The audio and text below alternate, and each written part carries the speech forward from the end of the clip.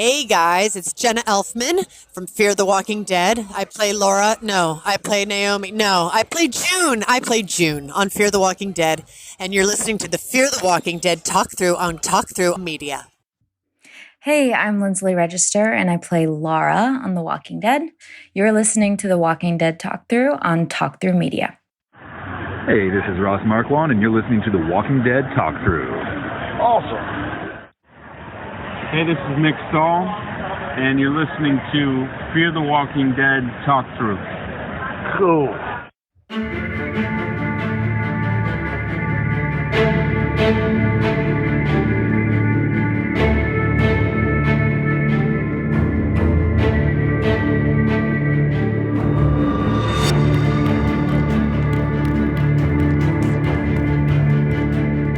Hey survivors, welcome to episode 88 of Fear the Walking Dead Talk Through. I'm Kyle. I'm Brian. And I'm LT. So we will be covering Fear the Walking Dead Season 7 Episode 5 titled Till Death, and some coverage of The Walking Dead World Beyond Season 2 Episode 7 Blood and Lies. Although we might cover that a little more than we do, because I don't know, LT and I were talking, and it was actually pretty good this week. I have a suspicion there may be more than passing coverage to the kids' show. Yes. I think that deserves a celebration. a long time coming. Yeah. Yes. Yes. For sure. All right, guys, let's go on. So yes, we going just to talk about the episode coming up, but we did get some feedback from our last podcast for Fear the Walking Dead Season 7, Episode 4, titled Breathe With Me, and World Beyond Season 2, Episode 6, Who Are You? And actually, it came from Erin from the internet. She likes to email us and also post on the blog, so this is, a little bit about what she thought about last week's episode, and then we'll have some of the stuff of what she thought about this week's episode. So I will go on and start with hers. And she said, "Okay, so I caught up with the season by watching both Breathe With Me and Till Death Do Us Part. And thusly, here's my comments for Breathe With Me. I haven't listened to the podcast for this yet because I knew I was going to try and catch up on the episode given Sarah was the big player for the week according to the promo, but man, am I sorry I wasted an hour. The episode to me was boring and lazy. They take out yet another bounty hunter in one episode because feelings. They needlessly kill the dog, to which I say a special F you to the writers. There's cruelty, and then there's killing animals for no reason. I admittedly switched the episode off for 10 minutes because I am not here for that. And really, at the end of the day, nothing happened. So yeah, boring to me. She goes on though with that was before I guess she listened to us on the podcast. So this is in response to the podcast that she put up on the blog post, and I will go through that right now. And she said, "I feel like LT is on at least one or multiple watch lists with his knowledge." It's smiley face. I will disavow any knowledge of that. She goes on, "That's a fair thing to argue, Renee, in regards to Morgan. It's not the character, but the writing. That said, you know him from The Walking Dead and how he can be a good character, whereas I only know him on Fear, and in Fear, he sucks. As you yourself said, he waffles so much, and that gets tiring because while you may hate Strand, at least Strand is consistent and doesn't debate his choices every second. Like, I could take contemplating from Morgan if it was like max twice a season, but he does it every episode. Also, again, they did not endear him to me with how they introduced him. He comes in and a character I did love, Madison, dies, and the other I enjoy, Alicia, gets no screen time, even though he's the guest here and she's the original character, so I don't like that at all. Also, you have characters acting like he can lead them because why they don't know this guy? Why is he the new default group leader when, again, Alicia is right there? You also have, in fact, Morgan survives sepsis essentially for a month in this environment, and any time he does anything, he magically finds what he needs to survive or have a group love him, and it makes him feel so babied and like a showrunner's pet that That's annoying. They have mishandled him at every turn, I feel, and so yes, there is no reason I would enjoy Morgan Jones on this series, and I do not enjoy Morgan Jones on this series. Ship him back to The Walking Dead as fast as you can, please. Thank you. Smiley face. Well, she goes on. She says, I will agree with you, Renee, on the fact June isn't the best. For me, what keeps June interesting is that she's a nurse in this world, and so how can people use her skills to survive? Also, she will backstab people to get what she wants, and she's not only about it, so there's interesting at times. But yes, June is kind of meh to me in character rankings, and she's only so intriguing because of her skills. She could be a good villain, anti-villain if they wanted, but John Dory Jr. kind of shut that down for a while, and I think as long as she's with a Dory, we'll see good guy June on the series until they take her out, because again, how she's lasted this long, I do not know, as the season isn't into happiness, and a nurse could help you live longer, which would make you happy, so I'm just waiting for them each week to take her out, because she has such a high value skill which could help this world, and again, the writers like making it as depressing as they can. And we know that it is a tendency for them to kill anyone with medical skills or knowledge. Yeah. It is a death sentence if you are a doctor. Yes. And it makes you wonder, how has she survived so long? Yes, for sure. I mean, she's had some close calls, but she's actually living much longer than most in this world, for sure. All right, she goes on. I think last season they did the duo thing for a cool effect story-wise. They felt because the group was out doing things, but then COVID caught them and they had to do it for safety, and they couldn't predict COVID, to be fair. But the fact is, the fans have seen this before, and it now goes from being a neat story device to feeling like a repeat, and not a fun repeat, because we're ready for the group to get back together again, especially Alicia with them. Brian says sorry. We'll get this accent out of you without resorting to A before this season is over. Ha. Definitely an FU to the writers on killing the dog. There's drama and depression, and then there's that. There was no reason for that except to be hurtful, and I straight up changed the channel for 10 minutes after the bite because nope to watching that. Angry face. Once again, the show sets up a cool bounty hunter and then takes them away in the same episode. Morgan and Sarah got his dog killed. He should have had killed them both on the spot. And you know he'll come back again to help them, but they've diluted that character so much now, I won't care to see him when he does return. I'm more impressed that the battery failed to charge than the fact there was a solar charger. I mean, if she was calling someone, they wanted her to reach that 10-year-old battery would totally work, but they showed a supply failing, which is new for these last few seasons. Haha. WMD Parkway. Ha. And then she says in response to me, I feel like it's a repeat of season 5. She says, facts, Kyle. I agree with Brian. If they're going to set up the helicopter people, we need to see them. I know they're saving them for the movie in part, but at this point, either show the movie or show them in this show, because this is annoying which isn't good. Hugely annoying. Yeah. And I'm not sure if that's what we're going to get next episode. Seems like it.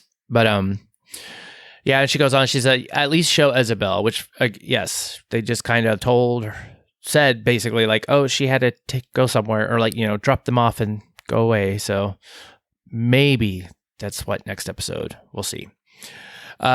She's like, kick her out of the CRM if you have to get her talking, but do something. They have all this stuff. Why wouldn't you run there? Are we to assume Al is leaving her buddies each week to fend for themselves while she's safe with her girlfriend? This plot is not entertaining anymore because it hasn't progressed in a year. True. The Walker ASPCA, crying face. Strand's welcome patio. Ha. Yeah. Bigger, better wheelchair. Smiley face. And then she's the quote, they're walking in and out like it's nothing radiation. Agreed, Renee. This should have been the hardest season of all for the survivors, given they nuked it all. But it's basically just a season like others, essentially, with colored filters. Gosh, true.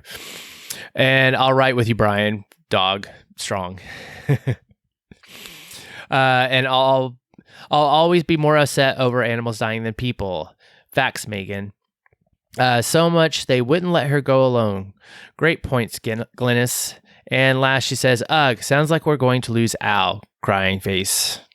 I don't know if that's for response to the podcast or to what we saw for coming attractions, but we will see for sure. All right. Thank you, Aaron, for your feedback as always. And that was actually everything we had from last week's episode and the podcast. So that takes us into this week's. And this week we have Fear the Walking Dead Season 7, Episode 5, titled Till Death, written by Justin Boyd and Ashley Cardiff, and directed by Lennie James. Description from Google was, with a code to guide them, Dwight and Sherry become ethical outlaws known as the Dark Horses. When Strand recruits them for a search and rescue mission, it forces them to question their code and their future. All right. Well, let's just go into our ratings. I'll start with mine. And actually, I kind of had a little back and forth, but I just didn't care again for this episode. And so I gave it a lower rating. I give it a 5. Padre. Everybody's looking for Padre. I guess I would give it 7 pile drivers. I don't know. Well, I gave it an 8 out of 10. Woo! If you know, you get it. Because I'll get into it later, but yes, it had to be channeling my inner nature boy for that one. All right. Well, that goes into our listeners' ratings, and actually we got just a couple. And the first comes from Dieta from Detroit, and she said, OMG, what in the HE double hockey sticks did I just watch? She's like, I rate this episode 7 out of 10. WWE or Fierce SmackDown starring the bride, aka Mickey. And Glez from Toronto gives it 6 out of 10. Let's get ready to rumble! Yeah, she did that much better than I did. That's why I did it. Yep. Thank you.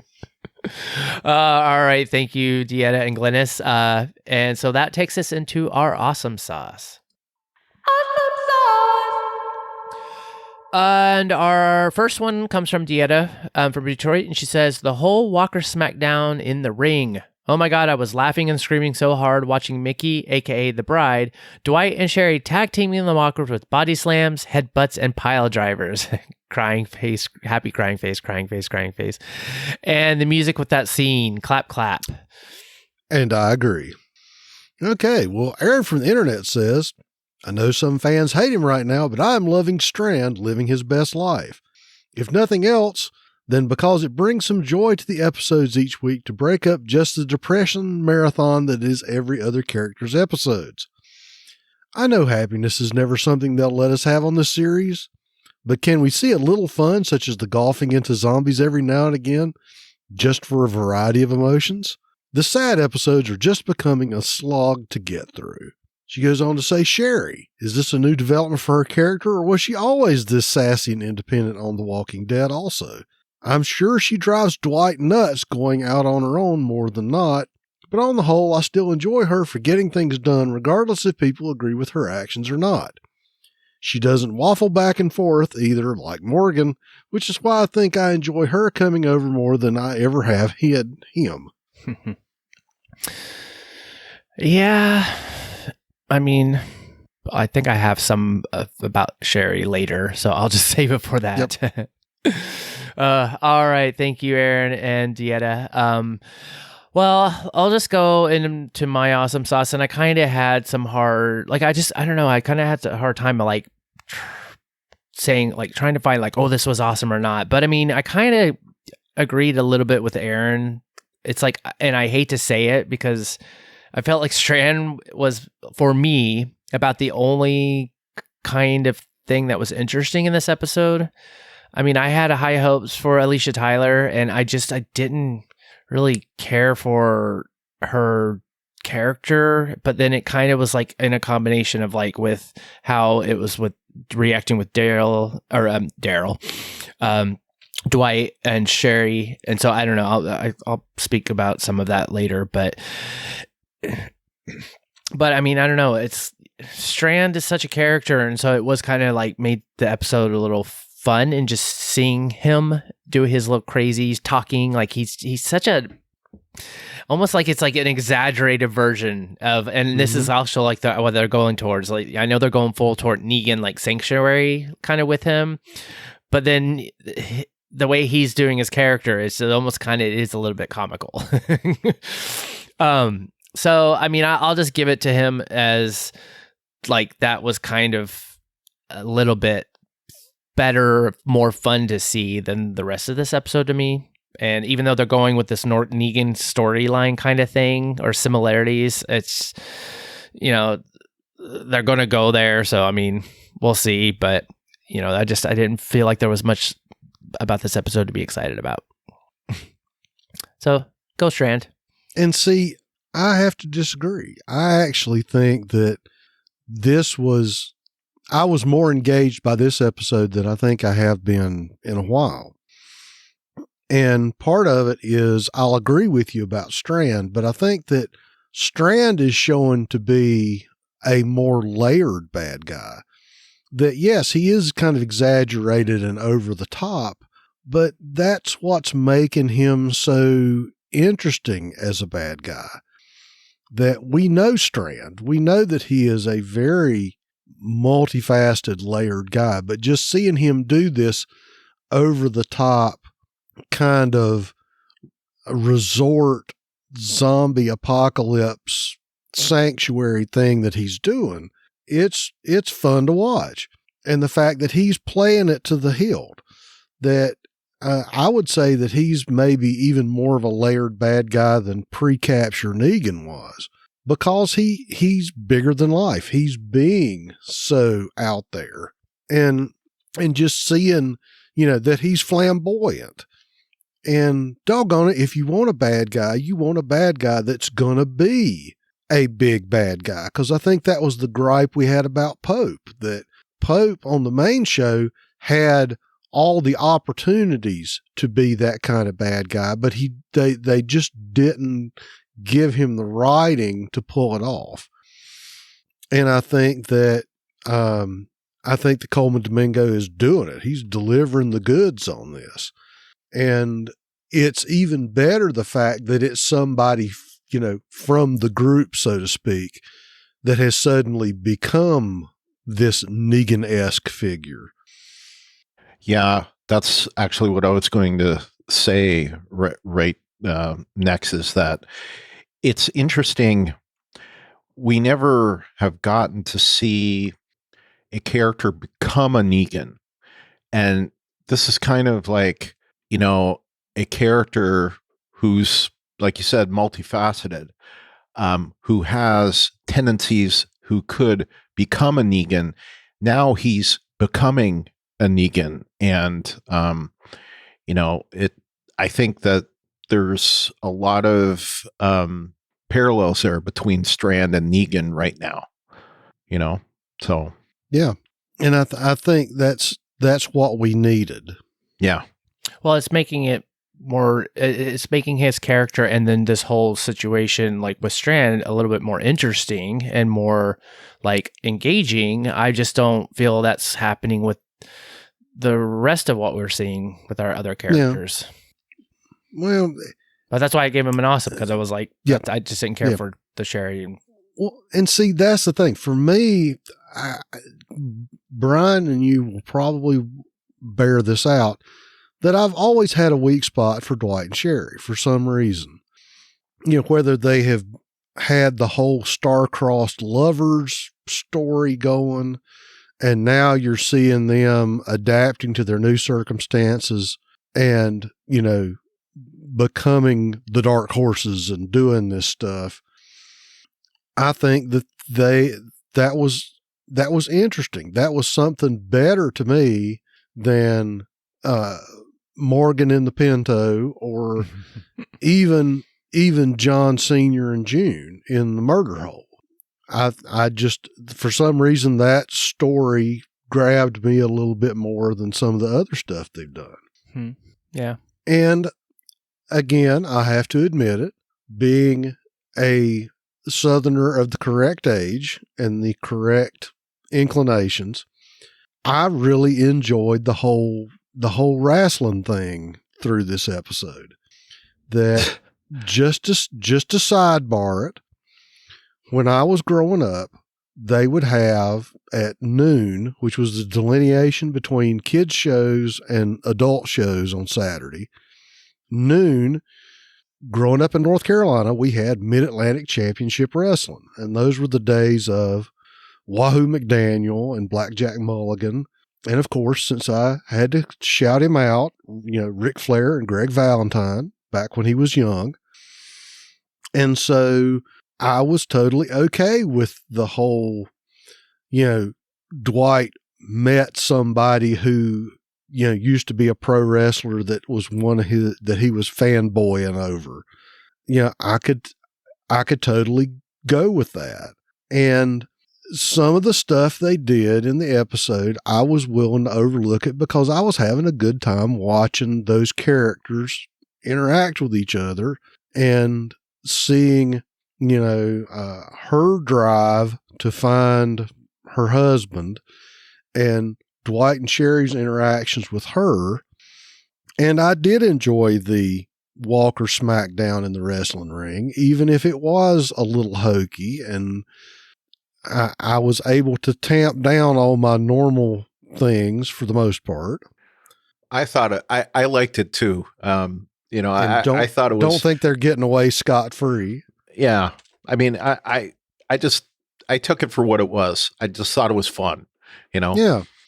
And that's one thing that the show can do, is if they have something that's, you're not going to do hardcore serious, doing something that's a little bit fun will kind of drive interest in what they're doing.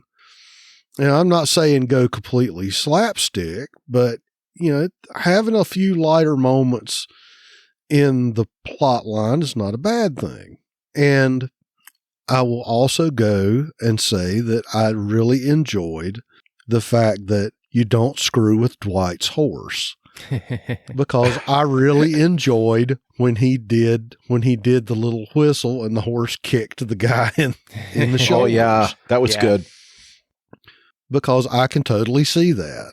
And having been kicked by a horse once in my life, I'm down with that. But I thought that was just, it's like, well, I guess you lost him and he ain't your horse now. And he's going, oh, but I disagree. Which, again, added to the whole vibe of them being, it did go into the whole Western outlaw kind of thing they were going. And I admit I enjoyed the scenes of them riding with their big coats flying.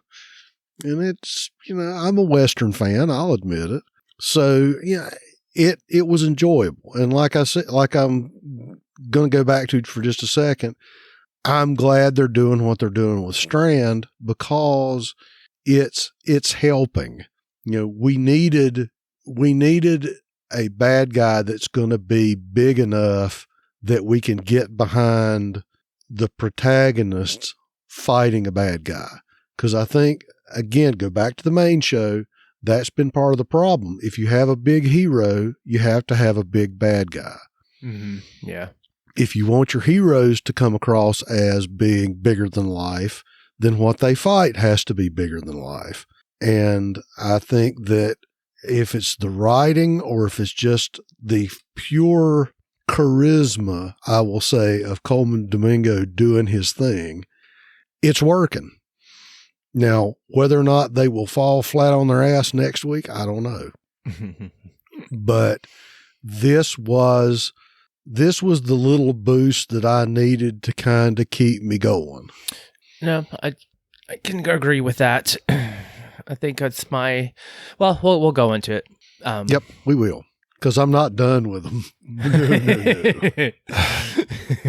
So, what do you think, Brian? What do I think? Well, basically, as I said in the notes, what you said, and just wanted to highlight the fact that we're getting kind of like a Negan, in some ways, a Negan origin story. I definitely see the parallels there. I think that the fact that it's called Sanctuary is by design, and the fact that both Sherry and Dwight kind of react to Strand calling it the Sanctuary, also by design. So I kind of like that in a lot of ways, because if any two characters would have picked up on that, it would have been those two. So beyond that, I thought that the episode, once they got to the thing, I liked that that Dwight recognized Aisha Tyler's character as being the part of this wrestling husband and wife tag team, and I like the scene in the ropes or whatever for what it was. I thought it was kind of cool when she started slamming the walkers' heads against the ropes. It was just fun, so I liked the episode for what it was, and I thought it was fun. I didn't think it was the most profound episode that we've ever gotten, or definitely not the best episode we've ever gotten, but certainly not the worst. I just enjoyed it for what it was. So, All right. That's it. That's all I got. All righty. I don't have a lot of notes for this episode. So, Yeah, no, not a problem.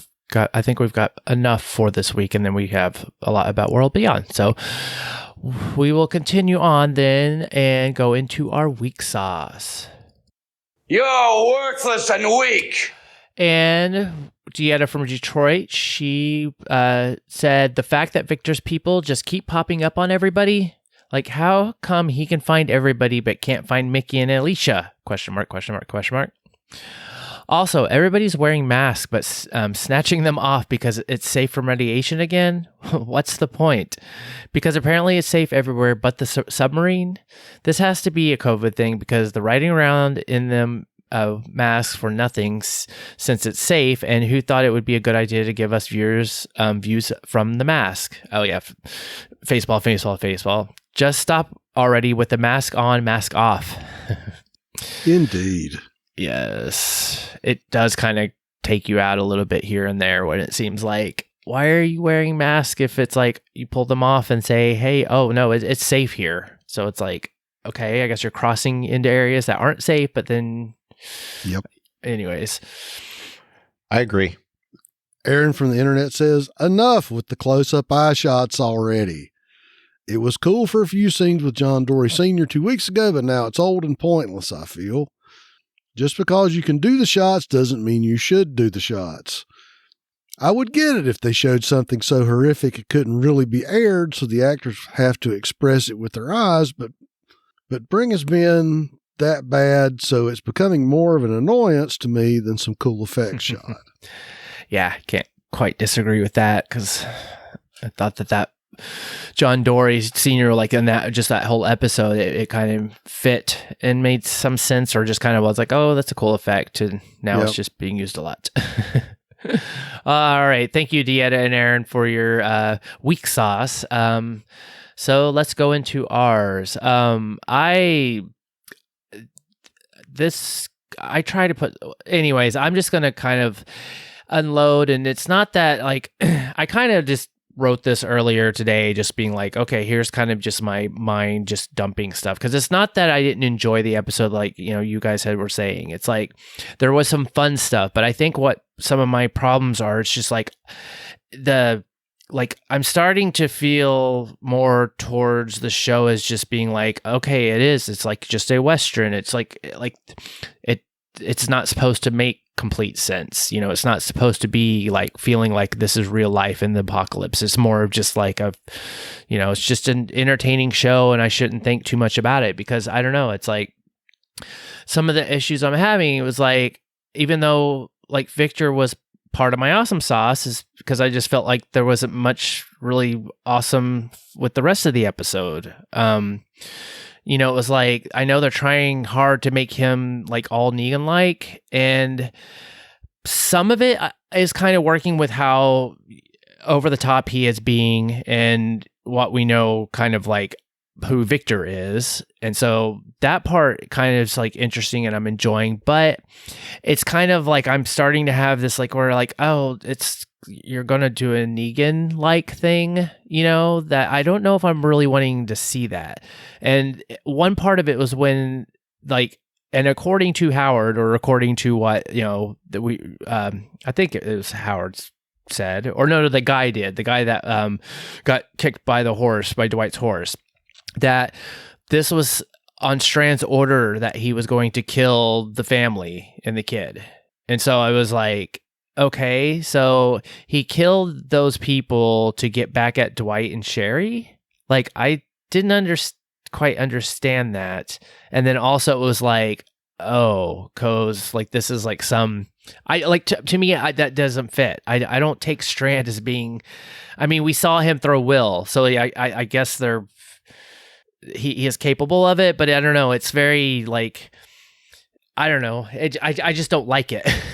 Like, I just don't. I can understand that. I mean, up until this season, we've never seen Strand like just outright kill people. We have seen him shoot at people, like he shot at Daniel, back in season 3. So, you can argue whether or not he's capable of it because he tried to kill him.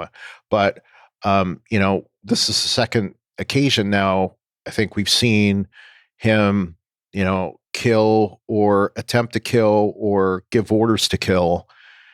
And, I mean, this is a different Strand. It's a different Strand. And then it's where it's like, I'm finding it weak because it's almost like they're taking just like the pages of the Negan story and being like, okay, let's like adapt it to that. Like, it's not. Well, I don't have I don't know. I don't have a problem with that so much, because I think seeing Strand turn into this character is not entirely surprising, but you also have to wonder where does he go from here? I mean, is this basically the last season for Coleman Domingo? Because where does Strand go from here? Yeah. He can. Point. He's getting to a point where well, that is going to be unredeemable. Yeah, and the question is, like, if they're just nomadic, which it seems like they are they just going to like put him in a like a covered wagon jail cell, take him around to wherever they go next, which we assume they're going to go somewhere else, especially from something you uncovered this week. So we'll hint, stay around for the news. And it's getting harder for him. I think it's going to be harder for him to have a redemption arc. Mm. Well, no, that's kind of where that's definitely where it's seemingly going, because, and of course too, just to be the devil's advocate on this, he didn't kill them. He just gave the orders to kill them. Or we don't know if he really gave the orders to kill them, if that's just the way his people interpreted them. Right. I agree with that, except he did kill Will. Well, but Will wasn't a kid. I was just talking about just about killing the kid. Right. And right. that's to that is something that kind of put, to add that into there, because it's like, it's not like we saw him give the order and we're taking it from the word of that guy. And so it's totally possible that was not the case. And then that was just unfortunate, but if that's the case, then maybe we will see that. And then maybe I will give like Victor a little bit more of a like, okay, he's letting his people like, right. He's not controlling his people, even though he seems to be like, oh, I'm on, like, maybe right. maybe that's the story. It's like, he'll be taken out from within. Well, and I gotta say, that character Howard is, being a trolley or whatever, Toady, much more than I expected him to. It's he definitely seems to fit the role, because he's definitely kind of gotten a lot more talkative and then more expressive.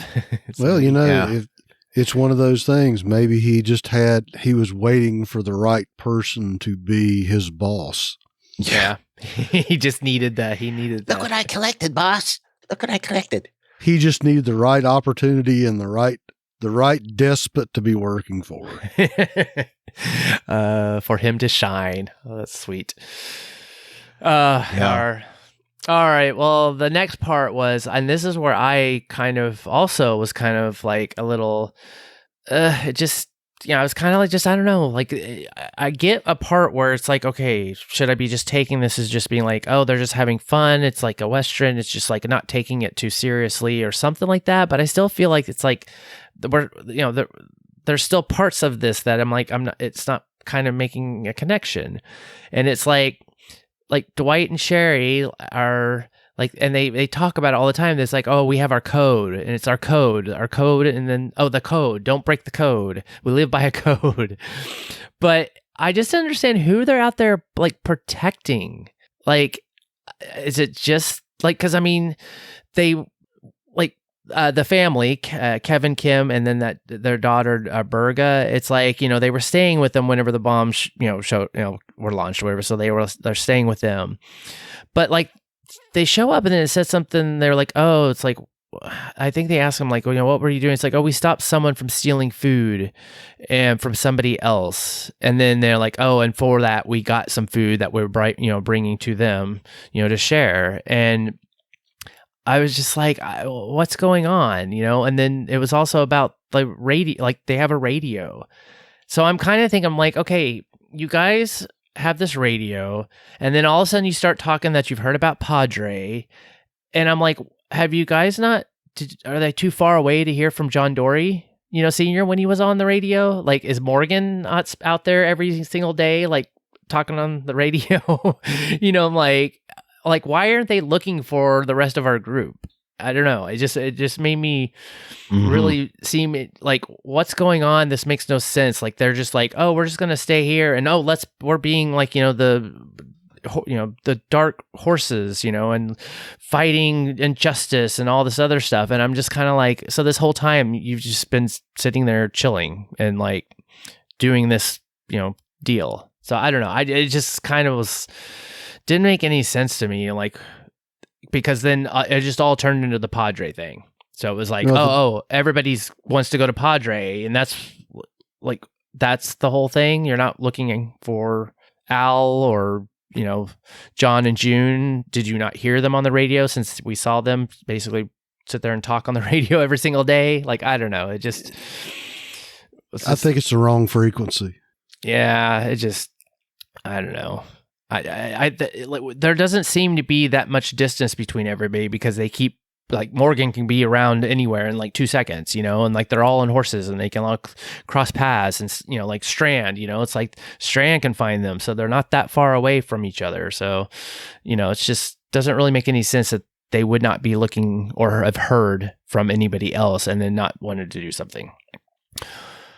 Then the other part was kind of like, and this was just more of like, I kind of saw some stuff online, but then also it was a question that I had, because like Victor wanted to find Mickey, and I know he's using that as kind of like trying to get like get Mickey because apparently I guess she knows how to escape from his compound. But then also to like, he was trying to get Dwight and Sherry to kind of like come over to him and was like, hey, if you do this for me, I'll let you in. And, you know, whatever, you know, that trying to entice them. But then it was like, I didn't really understand that. It's like, okay, so you want them to go and get Mickey, who escaped, so that everybody inside doesn't find out how she escaped. And then, or is it like, you know, doesn't want her to tell other people from outside to basically like, oh yeah, he like, if you go over there, you know, he'll trap you or whatever, but you can escape this way. But in any case, I don't understand how, like, the way she said that she escaped was by putting like phone books around her and then walking through the herd and then barely making it, like they were just gnawing at the telephone books or whatever armor, you know, she had almost all the way down to the Z's, and she barely made it alive. So I was just like, well, then how do the Rangers get out every single day? You know, it was like, if that's how people are escaping, I don't know. It kind of made some weird nonsense that was like, no, there's another way that, because, you know, the Rangers aren't doing that. They're not going through the herd with a bunch of phone books on their shoulders. You know, it's like I didn't understand why, like if Mickey's out there and you don't want her to affect your people that are inside, I don't know. It was kind of like, okay, sure. Like, that's good enough that, you know, the Ranger seems to get out every single day, but he's more worried about that's what she's going to tell people.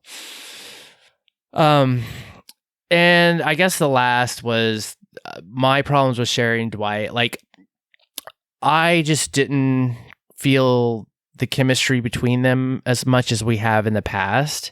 It seemed very just like, I almost felt like it's just like they were just reading their lines, you know, and it was just like the way they were even like looking at each other and talking to each other. It just, I don't know. It didn't feel like Sherry and Dwight. Like, you know, I know they've been through a lot, and she kind of like, you know, had her issues, or like, you know, wanted to stay away from in, you know, past seasons, and then, you know, with those other people, and then they kind of got back together and blah, blah, blah.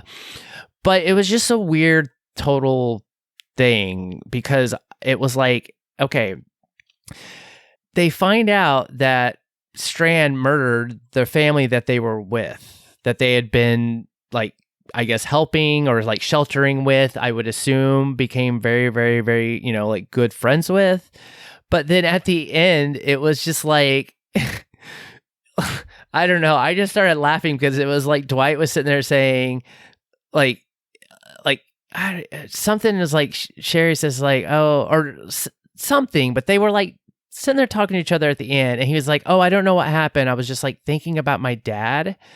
And then he even said everything that happened to with Berga, the kid who died, but like, and then he starts talking about saying, he's like, oh, it just made me want something I've wanted for a long time. And then he starts talking about starting a family with Sherry. And then Sherry's all like, oh yeah, it's like, love you, like that. We'll just see where life takes us.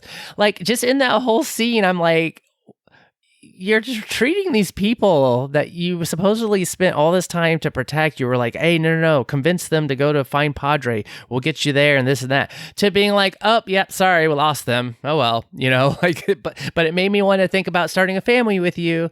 And then it's just, I don't know.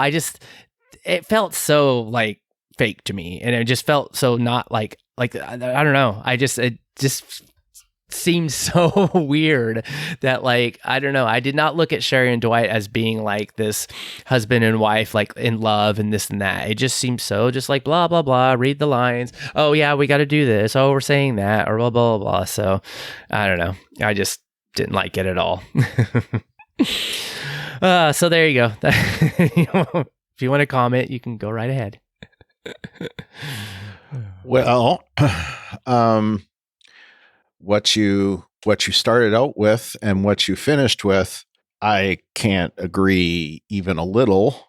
What you said in the middle, I 100% agree with.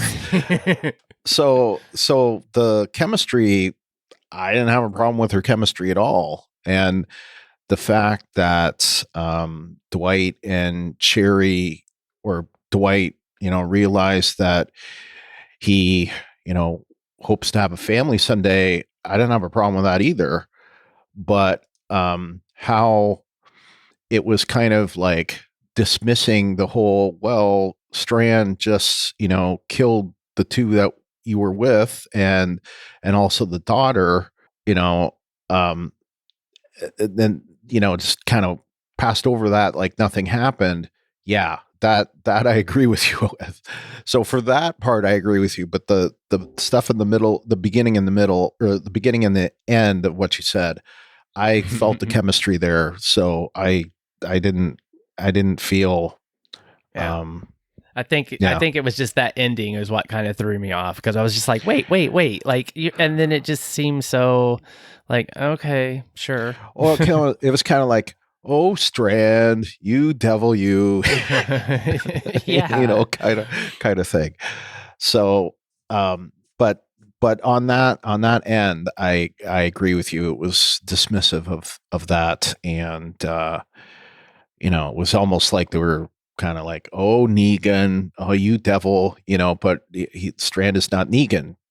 Strand is kind of Negan 2.0, but he's not Negan. So the fact that he's this guy that, they've known, but then again, they don't have as close ties to Strand as they may with like Morgan, for example, and, some of the other characters, because they haven't, I don't know if Dwight and Sherry have spent a lot of time with Strand. Dwight did.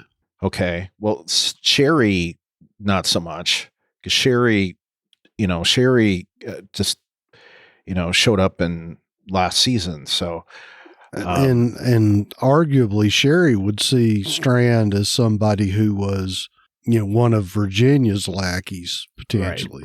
Right. And yeah, just as sort of the thought that I had, it's kind of like that Leave It to Beaver episode where Strand kind of does the Eddie Haskell, where it's like, oh, you're just such a naughty scamp. I kind of concurred with some of our listener feedback.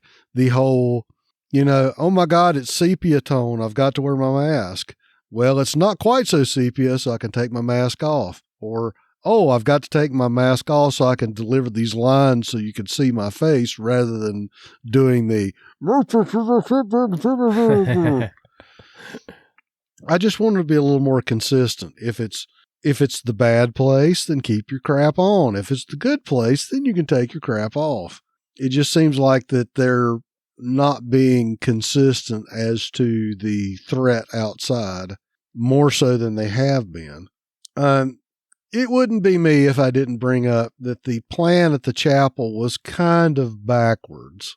My thing would have been draw the walkers away from the door, then make a move for the door. Not make a move for the door and then try to figure out how to draw the walkers off. Just because it's always been a thing up until now, it just seems like we're running into the whole bullet scarcity as dictated by plot device. So when it's convenient for us to run out of bullets, then, oh no, we've got no more bullets. We've got to use blunt objects and folding metal chairs. It just seems like that we have guns, we can use guns until we can't use guns because we need to do hand-to-hand stuff. And yeah, I didn't get that at all. I think my last thing about Dwight and Sherry, for them being such shit-hot outlaws, it seemed like they tended to get ambushed a lot. You think that they've been doing this a while and they're out riding the range, dealing rough frontier justice to miscreants, that they kind of would have figured out, hey, this looks like an ideal place for an ambush, so perhaps we should change our tactics, rather than just riding in blindly and then, oh my God, it's an ambush. Yep. Yeah, the whole bullets thing, that's just like with the walkie-talkies and everything. It was like, yeah. I I even wrote my notes. I was like, wait. I'm like, everybody's got guns? And like Dwight's like, oh, here, Mickey, here's a gun. And then I'm like, wait, you have bullets? Like, well, he took that gun off the kid that he shot in the cold open. Yeah. Still. But still, yeah. And just a side note, what you were saying, the radio that they had in Dwight and Sherry's family bunker there looked to me as if it was a CB or a CB sideband radio. Mm-hmm. So the walkies that we see the Dorries and Morgan using are a different frequency. So if we're going to at least put a modicum of realism in there, then they wouldn't have heard John Sr.'s broadcast because it's a different frequency. Okay. Well, that's point taken. But that's just me. All right. Well, that was all we had for our week sauce. Let's go into our what sauce. What? And we actually just only got one from Erin from the internet. And she says, no way they take out all those walkers in the gym and no one gets bit. I call bull on that. Also, all the fun fire would have attracted more. So yeah, that felt a little like, come on now. Ha ha. Yep. All right. Thank you, Erin. Yeah, my what sauce is just the Padre. Like everybody knows about Padre now, but us. And it's like we have not heard a single thing over the radio, but we've heard a lot of other things on the radio, you know, like other people reaching out or like, you know, Strand or, you know, Morgan, but like we've heard zero messages about Padre and what everybody is hearing and like drawing them to go to this place. And so it's kind of just like, come on, like, you know, like we literally, the progression of Padre went from like, you know, the episode 1, just, oh, there's the note for Will. Oh, Padre. Okay. To like, I guess basically like, John Sr. and June, like they found, or no, I guess we found in Morgan and Grace, you know, when they run into those people, and then they had a map that circled, oh, there's this place, Padre. To like now, it's kind of like everybody that they met, every scene was like Padre. Hey, well, let's all go to Padre. It's like Padre's this huge thing that everybody seems to know about, but yet we haven't heard a single thing. Like, so I don't know. I was kind of like, come on, what is going on? Well, it's a beach town, right? Well, you know, it's spring break. Right. But I mean, at this point, shouldn't we have heard what the message said? Is it saying like, hey, people don't come here? I have a theory on that. I'm thinking that it's that's where we'll finally find Alicia. She'll be there. I kind of have a $1.98 comment on that. And since I have to throw it out there, it reminds me again of another plot device in the Fallout games. You pick up a mysterious radio broadcast. So I just think that eventually we're going to get the mysterious information about Padre. It's just really being a bad plot device at this point because, like you said, everybody's talking about it. Everybody wants to find it, but they ain't said nothing else about it to us. Mm-hmm. Exactly. It's like, Marsha. Padre. I mean, this episode was like that. It was like every 2 seconds, Padre. No, let's go to Padre. And then at the end, they get ambushed, and these people are like, you know how to find things, so find us Padre. It was like, okay. Like, I guess we're getting somewhere now. And I keep expecting if we're going to do the Western thing, there's going to be like some guy in a priest outfit. It's like, yes, I'm Padre. Tumbleweed float. Look, by. it's Gabriel. There you go. He was vacationing during one of the winter breaks from Alexander. Well, before Brian can say it, he fell asleep in a trailer in a hurricane in Logan, Texas. Yep. Oh, goodness. All right. Well, I still think at this point that we're going to find that that she ends up that it's Alicia. Yep. Yeah. It Yeah, just all signs point to Alicia because, where's Alicia? Where's Padre? Who's Padre? How's Padre? Well, we already know what Padre is. I've already explained it. Yeah. It has to be that has to be Padre because if it's not, anyone from Texas is gonna just slap their head and go, "What the Yeah. seriously? You don't know what Padre is?" But anyway, And of course, where did they say that the wrestling school was? In Texas City. In Texas City. And what's Texas City close to? It's close to Galveston, and it's close to the coast. right? So God knows if anybody lived in Texas City, they would know where Padre is. Yeah, that's what I keep. It makes no sense. Like, especially someone like, I don't remember her name, but the Aisha Tyler character, Mickey. That's right. Why wouldn't she know what Padre is? She should. Right. She should. Yeah, and we don't know where. Was it Ken and Kelly or something like that? Is that what their names were? Oh, Kevin, Kim and Kevin. Kim and Kevin. Okay. Yeah. We don't know where they're from, but again, if you're from here, you should know where the heck Padre is, especially being so close to the coast. Well, and It's then just it's like it feels like writing for a particular place, and you're not from that place, and you don't have anyone on your staff that's from that place. That's what it feels like to me. It'd be like, I don't know, like one of you guys say writing for Canada. Well, you're not from Canada, so you wouldn't understand Canada as other than the fact that it's like U.S. light, which it's not. There are some differences, but They play hockey and it snows a lot. I mean, there are a lot of similarities, but there are like some things 20 some odd years from living here, I still don't understand healthcare. Still don't. Yeah. And various other things too. I don't understand it. Yeah. So it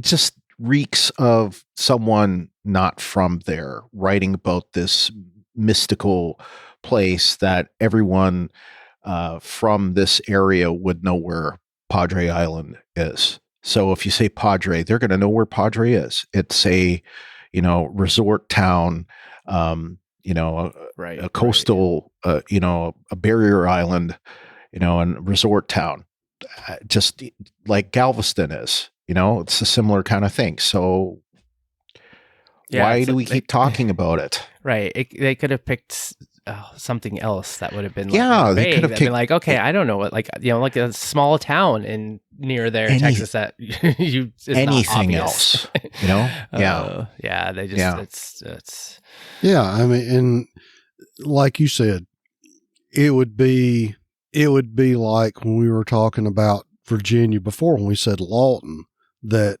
right. I know where Lawton, Oklahoma is. Yeah. Same here. I spent much time in the halcyon days of my youth near Lawton. But like you said, it just seems like that they decided to put this in Texas and they don't have anybody that knows jack diddly about Texas. Right. And of course, but then again too, we know that they have problems with distance and locations and whatever else. So this is just par for the course.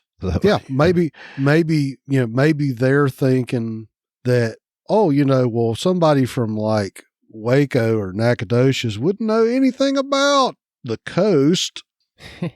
if that's the case, and they've been in the Austin area that long. It would be like if you were writing a show that was set in New York City and you go, well, the secret thing is in the Bronx. It's in the Bronx. And it's like, well, where's the Bronx? And all the New Yorkers are looking at me askance now because they all know where the Bronx is. Right. It's like you said, it just seems like that there's a disconnect there with what they're doing. It definitely seems like it, it's like, just come up with a fictitious name. No, exactly.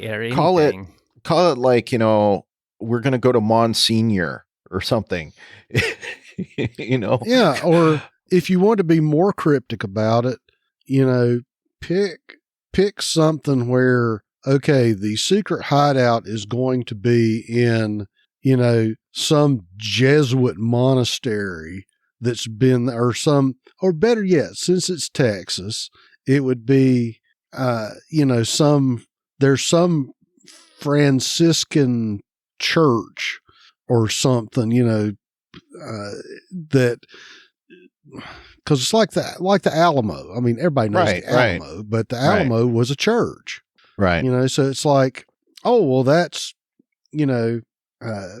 Saint Margaret of the Tumbleweeds or whatever. There's some convent that was on the coast that's the secret government base or some such. They could have just done, it could have been anything else, and that would have made it more mysterious and made it more like, okay, well then what is this place? Because not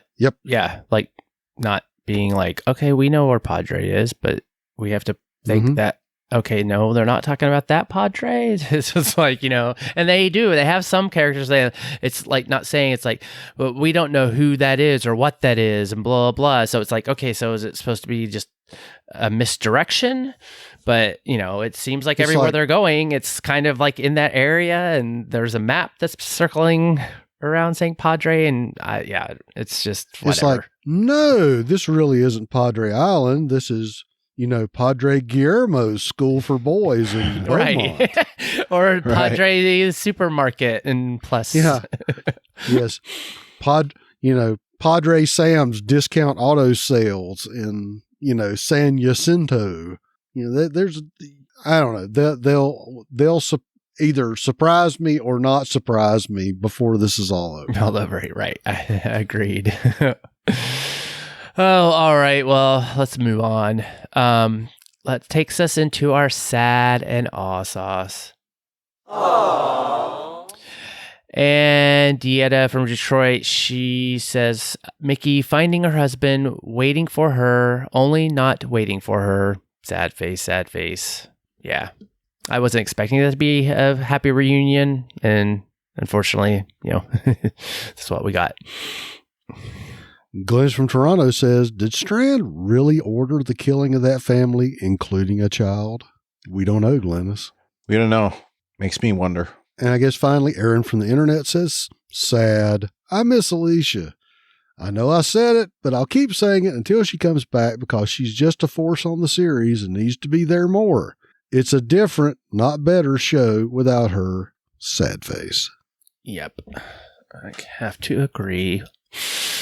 Oh, well, thank you, Aaron and Dieta and Glennis, for the sad and aw sauce. I just basically was like, my sad and aw sauce was like, I was more interested in the world beyond this week than I was with Fear.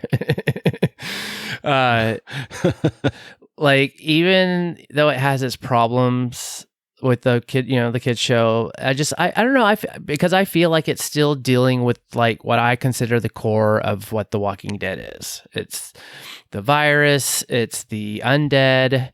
It's like civilization trying to survive and come back. Like our baddies are like the CRM, who is this evil organization or whatever that have these, to me, it's like it feels more like this is what like we've watched on The Walking Dead since the beginning. It's kind of like Fear is just kind of like, I mean, they're having fun with it. So if that's the case, then I have to be like, okay, well, I need to start like dropping my, like criticisms to it, because if that's what this is about, then okay, fine. Then that's how I need to take this show. But then we go into the world beyond, and they're trying to tie all these things together, and it's like, okay, now they're talking about like real life stuff. They've got scientists, they got this, that. They're not just running around on their, horses shooting at each other and saying, whatever, padre. And the code. Yes. Oh, all right. Well, that was the end of my stuff. What was LT? LT, do you have anything? Yes. I was going to say, my sad sauce is I really, honest to God, thought she was going to get bit. I did too. When she had the teary face and she was holding out her arms, walking towards her shambling husband, I really foresaw the, huggy chompy scene. I'm glad we didn't get it, but I just kind of saw that. What I thought is when Dwight and Sherry had that conversation that you were making fun of, Kyle, about them, wanting to start a family, and Mickey goes out there to say goodbye to her husband or something or other. I was thinking she was going to get bit then, and so when they all are riding off at the end, that was a surprise to me. So I agree with you, LT. I mean, I thought she was going to get bit too, but maybe at a different part in the episode. Yeah. Like I was just expecting a scream while they were talking about, let's have a family, and then that's what I was expecting. Exactly. Yeah. And another huge geyser of carotid blood. Well, that's later. We haven't talked. We'll about get to that yet. later. Yeah. We talked about it off recording. So soon we will talk about it soon. All right. Well, then let's get into our feedback. We can talk about it. Done talking. Time to listen. All right. Well, we actually got just a little bit of feedback this week, so I'm going gonna do Dietas because I haven't said much. So I will take Dietas here. She says, "This whole Victor, I am king, hear me roar storyline is so comical. Again, how is he finding everyone? Strand is a cartoon of an actual villain, twirling his mustache and strutting about like some idiotic peacock, hiring killers to take out innocent people, including children, just to prove a point. Really, Strand? Why is he so intent on becoming another Virginia? Doesn't he remember how her reign ended? Yeah, I guess, he's like a Negan with Virginia sprinkles. In a way. Yeah, but like every other dictator, he thinks, well, I'm going to do it better than she did. Mm-hmm. Right. Yeah. And for those of you who listen to us on Lower Decks, I was thinking of the Kirk frosting with the Trip sprinkles or something. Yeah. Trip Tucker sprinkles. Anyway, Dwight and Sherry riding as the Black Mask crew, rounding up all the no good scoundrels. Yeehaw! Then all three, Mickey, Dwight, and Sherry, riding off in an all black looking like the end of a Western movie. Okay, so which writer is a fan of Yellowstone? Because all of them cowboy/cowgirl, Wild Wild West antics they had in this storyline. Dwayne whistles and his horse kicks the hired hitman Strand sent in the chest. He should be dead after getting his chest blown out by the horse, but okay, he's alive enough to tell Dwight everything. I really hate that. Sherry had to keep reminding Dwight about when they were part of the Saviors and what they went through. Dwight, how can you forget Negan and his baseball bat, Lucille? I know LT said Victor had Negan tendencies or was showing some Negan-ness, but I disagree. Negan didn't kill kids. That is true. Yes. That is true. But the question we have is, did Victor order them to kill the kid? That we don't know. So now everybody's looking for Padre. My prediction is Padre is the ballpark where Alicia is with her mother, Madison. The way this show is going downhill, it will need all the help they can get to bring the show back from bombing. And she's got a bomb emoji, and then an explosion emoji and an explosion emoji. Overall, a very comical episode.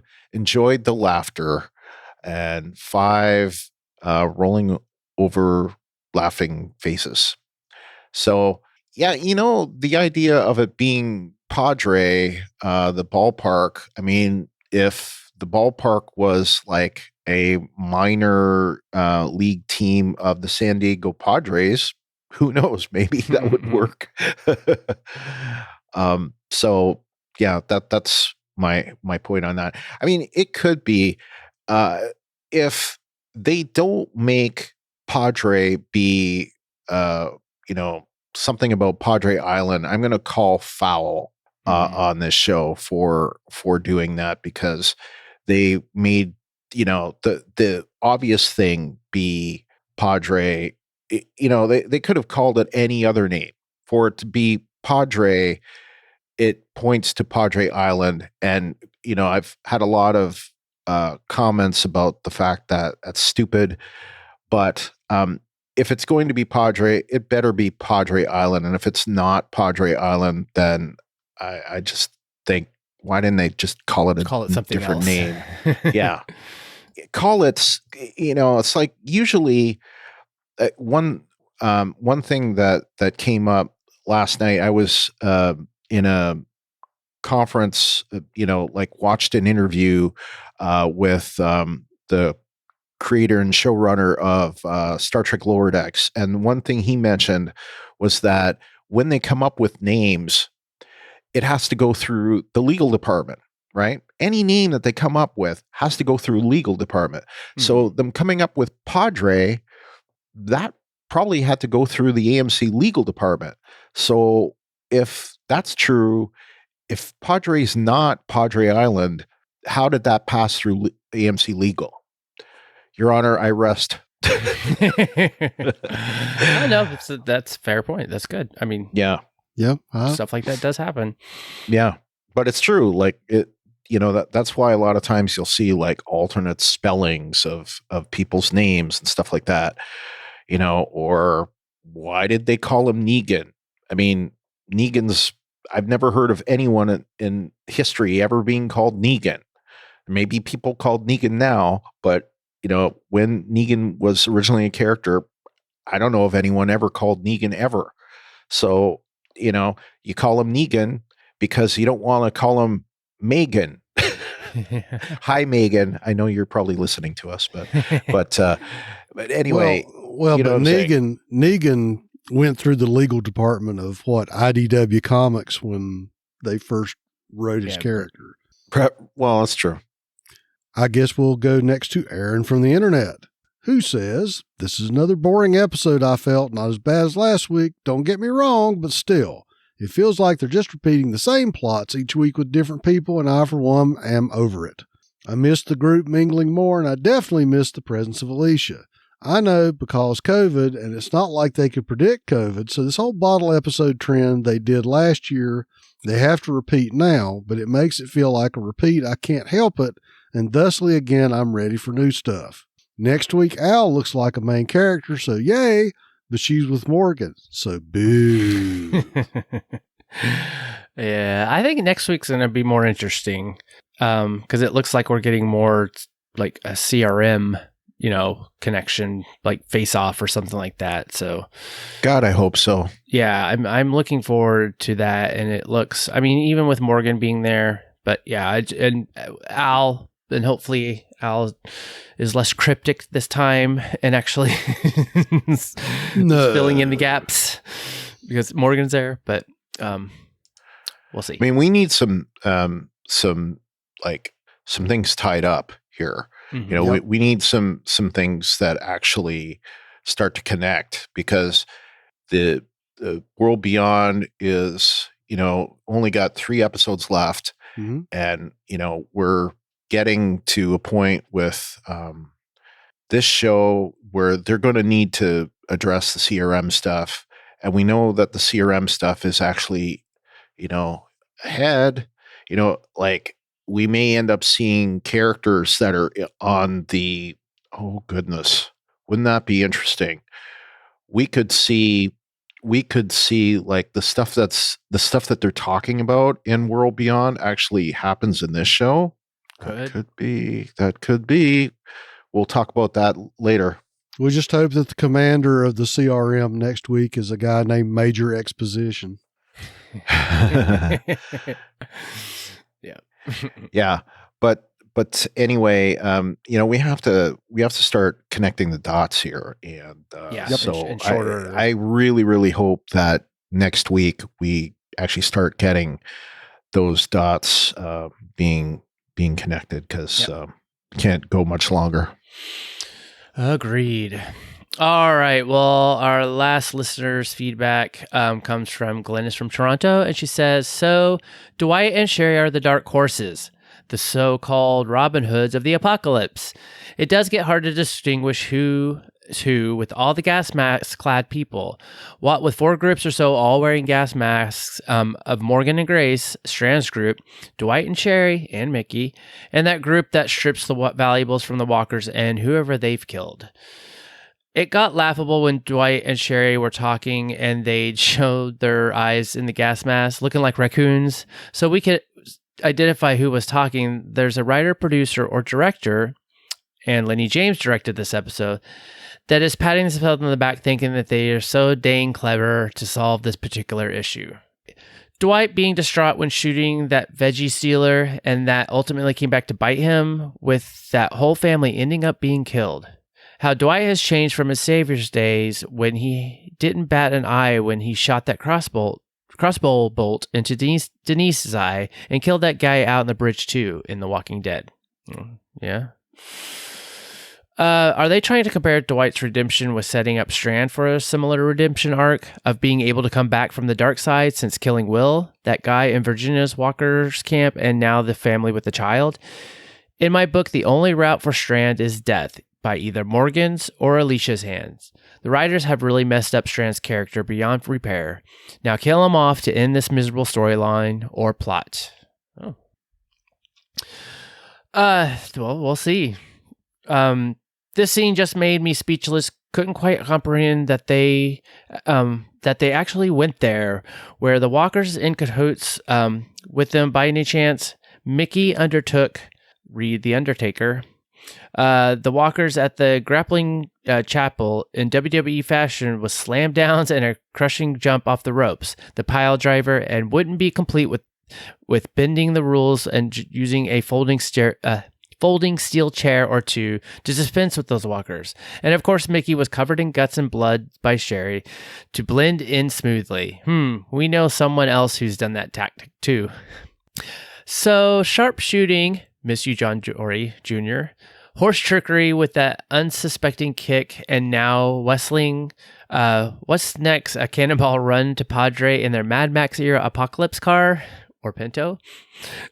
So that group Dwight, Sherry, and Mickey encountered at the end there, like a scene out of the old computer game Rage, where those stripper guys that had that shoot 'em up with Will and Strand. So onwards to Padre for all the groups to intersect, or rather clash there, with all the gas masks again. You wouldn't know which group is actually who. Easy for Strand to have spied in that, to have a spy in that group. All right, thank you, Glennis. There's a lot of masks and lots of people wearing masks in the scene. So maybe that they all end up at this Padre and they're all in masks and we won't know who's who. Well, but they're all sort of color coded by uniform, because Dwight and Sherry have the black dusters. The strippers look like rag bags. And Strand's people have the nice, Tyvek-y looking paint suits with their gas masks. And of course, Grace and Morgan have the Navy surplus gear. Yeah. Well, so yeah, that's true. But if it's all sepia tone and dusty and windy, I don't know. Could get a little hard. Yes. They definitely love that sepia tone, don't they? Yeah. They do. Oh, thank you, Glennis.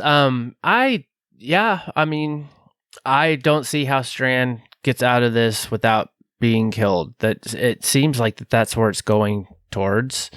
Because, I guess there would be a sense of what we were just talking about like, okay, if Strand, if that wasn't his order to kill those people, even though we know he killed Will, but what if he did say to go, what if he ordered them to do something else, but then his people just did that, and then that comes back somehow, and Morgan's or not Morgan, then Strand finds out and is like, oh no, that's not what I want. I can't believe that, and then goes somewhere there, and then I don't know. It just doesn't seem likely that he actually did do that, and he's gonna end up somehow facing that, but then by Alicia's hand.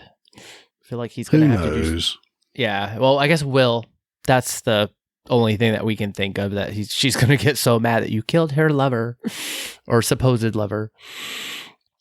Anyways, anybody else have anything else to say, or should we get on to the kids show? Well, I think the only thing I'm going to say is this, basically a recap of what Brian said. We've got a lot of loose ends. We've got a lot of plot points, a lot of informational points that we'd like to get sort of tied up here.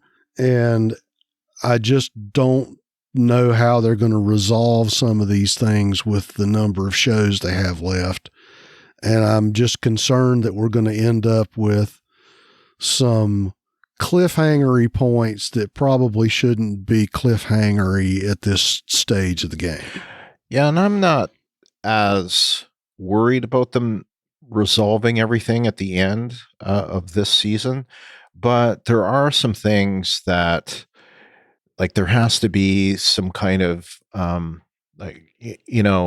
we've got CRM dangly bits in this show, and we've got CRM dangly bits, well, a lot of them in World Beyond.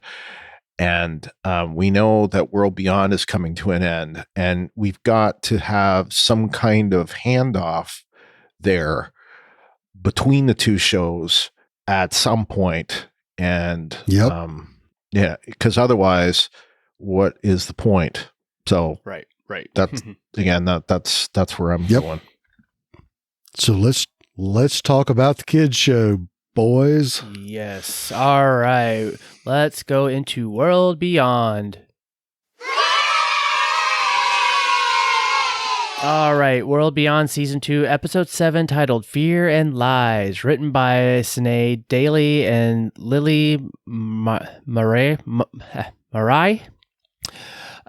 Description from AMCplus.com is, as the group searches for answers, some struggle to find common ground while others question who can be trusted.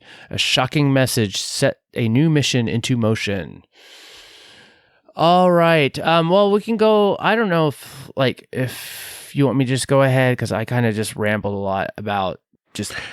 Well, I'm just gonna say that I liked this episode more than I liked Fear, and by quite a lot. And I just wish that the show had been like this from the start. Mm-hmm. And that's all I'm going to say for now. And you can just okay. Well, and I want to concur and say that this may be in my opinion, one of the best episodes of World Beyond to date.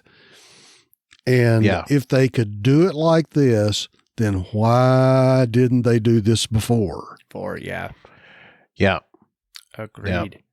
So go ahead, Kyle. All right. No, mine was just my thoughts of for one, we finally got some answers, and then, it was kind of the pieces of the puzzle started to kind of come together with, I guess, the overreaching of what's going on with, the CRM and the testing and all this other stuff. So I just kind of was going in, it's so I guess the CRM is studying the reanimation process, I guess. And so they're trying to figure out a way to basically stop it, and I guess in turn stop you from coming back from the undead.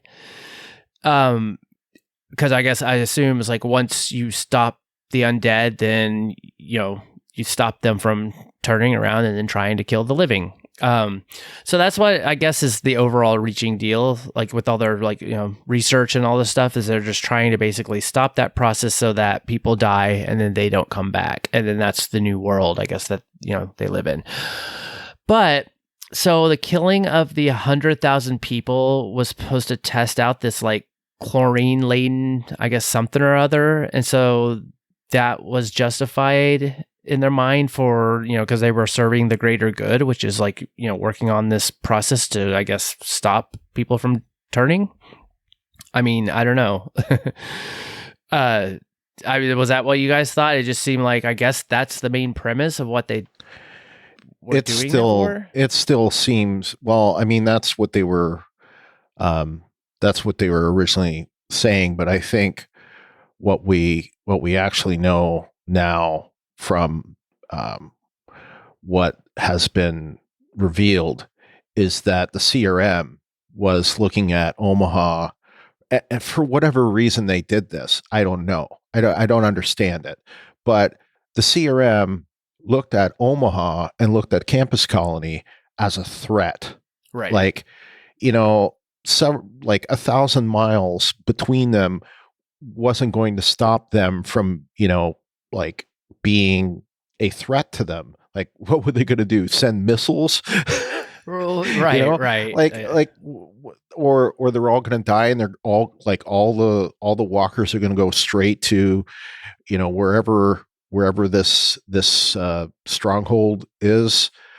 I've heard possibly Philadelphia is where the Civic Republic is. So it just like it's sketchy. It's we know they don't have a beached submarine in Omaha. Right. Exactly. Yeah. So and there's still the question of like, how is it we know that the Commonwealth, for whatever happens with the Civic Republic, the Commonwealth still exists. How did the Commonwealth not know about, how did the Civic Republic not know about the Commonwealth? Unless the Civic Republic becomes the Commonwealth, suddenly gets like, I don't know, civilized and decides to change their ways and, become simpler, I don't know, but that also doesn't really jive from what we've seen. Let's turn black, let's go white, let's look like stormtroopers. It doesn't really jive either. So that's like where I was kind of like with the whole reveal now that we're hearing this information, it was like that's where it is still confusing about like, okay, so they are basically, they're like trying to get rid of their competition, so I guess so Portland is a competition for, I guess, resources, or they they want to be the only ones left alive so that they control everything. And so it's kind of hard though for me to understand that logic, other than just them being jerks and horrible people. And I could see the resource competition if they were closer. Right. But just like you said, Brian, you're talking about Omaha is what? We'll just ballpark it and say 1,000 miles. And, at least, if not further.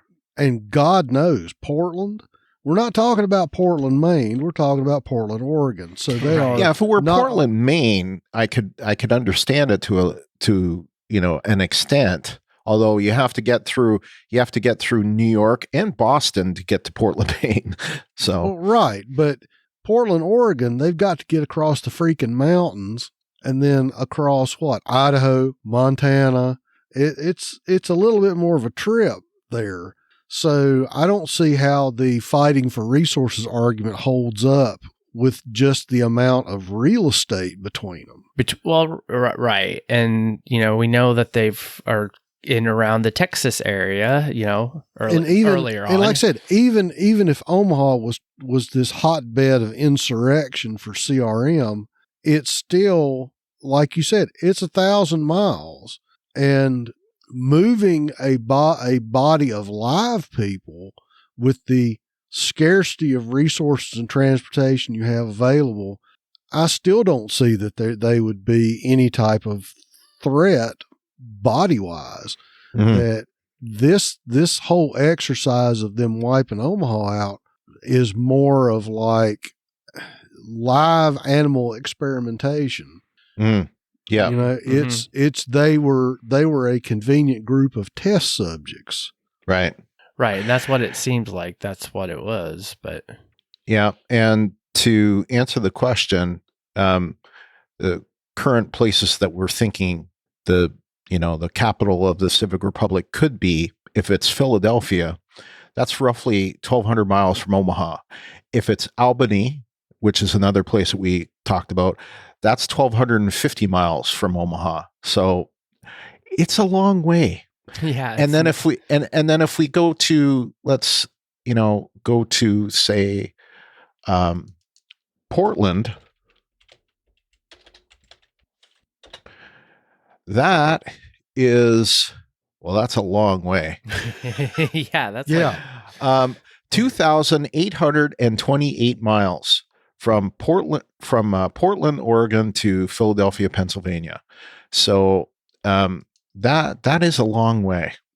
And you have two very large natural obstacles, that being the Rocky Mountains and the Mississippi River. Yeah. Seems a lot to go take out a group for competition.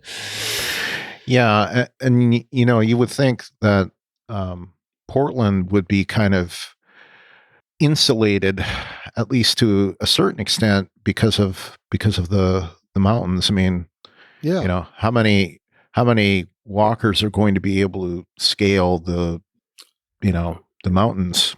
Right. I mean, they'll never get tired. No, as we learned this today. But it would be the same. It'd be the same thing with you talking about them being in Albany or somewhere in New York.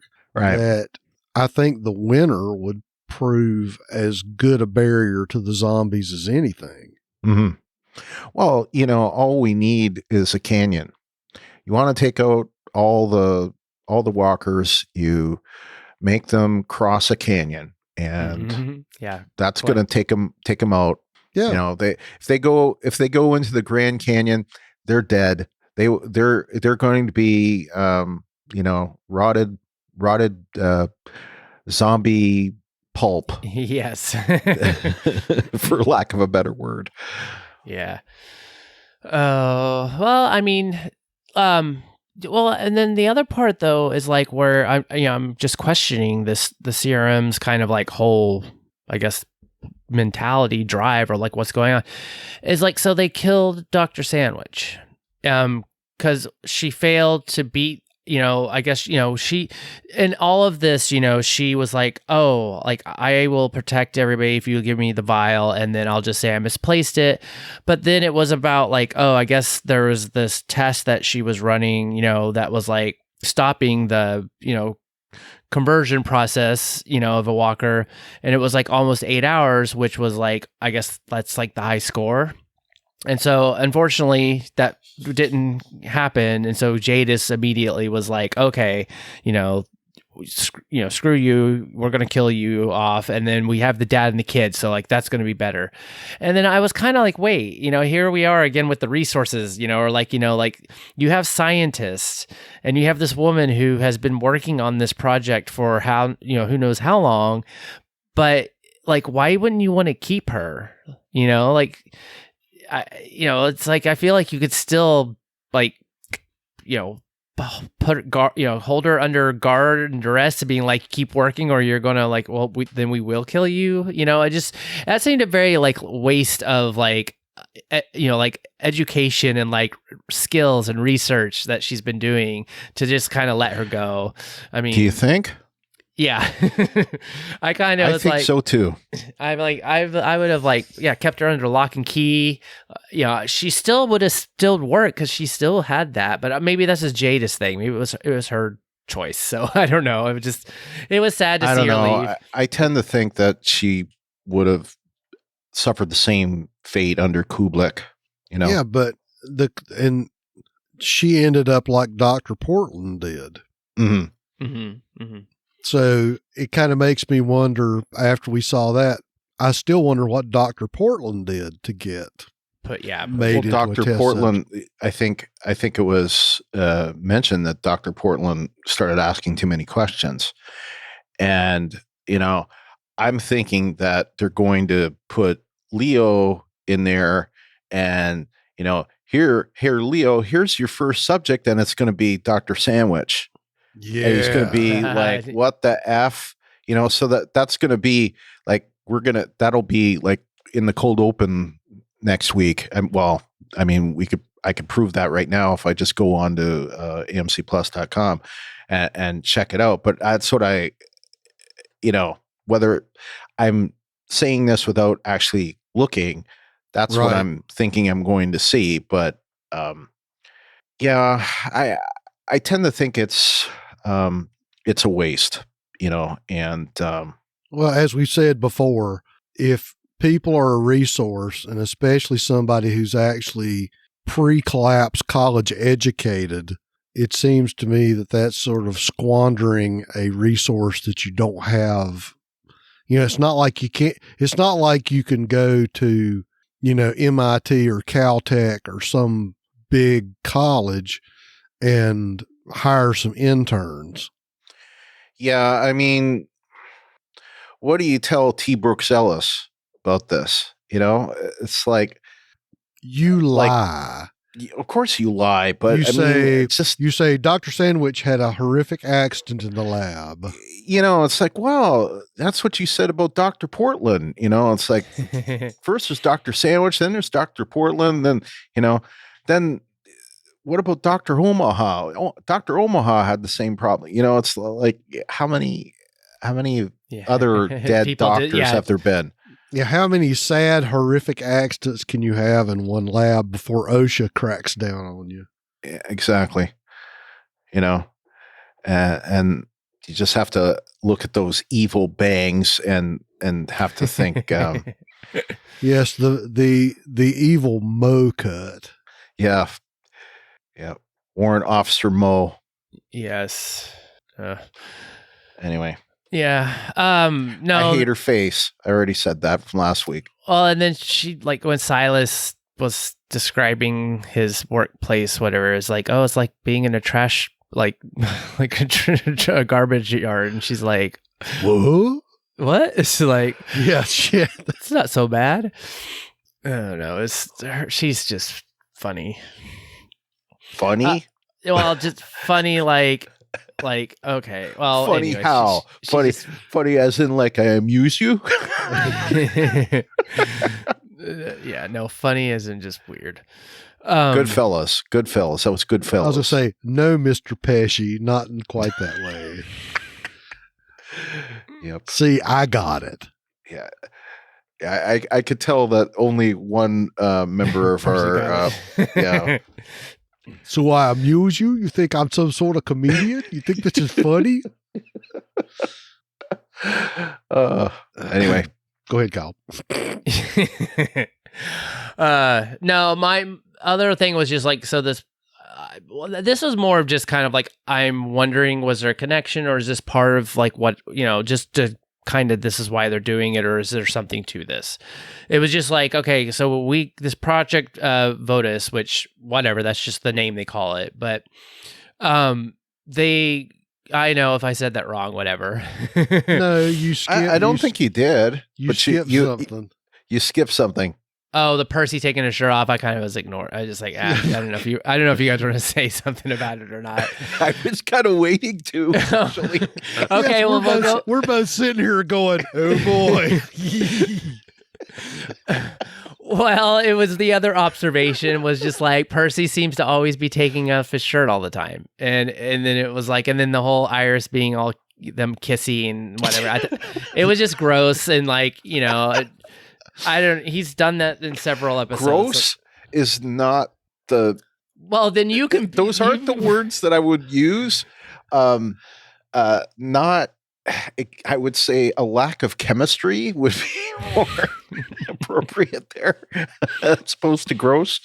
But because I don't think that she's the best actor on the cast as a part of the cast.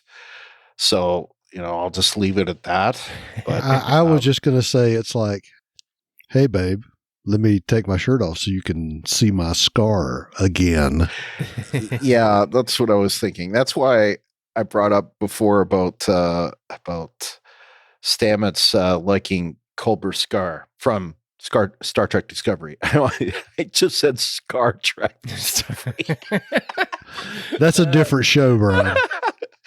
Star Trek Discovery. Anyway, okay. Well, anyway. But yeah, they're probably the.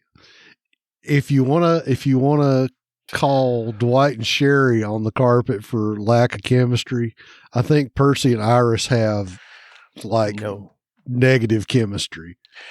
Yeah, I gotta. That's why I called it gross. It was. I gotta say, like, I think that Dwight and Sherry do have chemistry. I think that Percy and Iris do not have chemistry. I just don't. I don't buy them.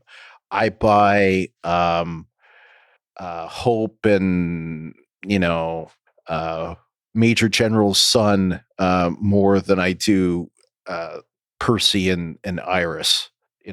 I don't find Percy, whoever the actor's name, I don't find him to be bad. But as I said, there's something about just the way she is that just doesn't work for me. I'm sorry. I don't read into that. I just don't. She just doesn't seem like a believable character to me. She just seems like a freeform character to me. Yeah, you know that's what I mean. Yeah. And just my observation is that her and Percy, he's kind of the guy that you date when you want to piss your parents off. Mm-hmm. Yeah. Yes, exactly. Yeah.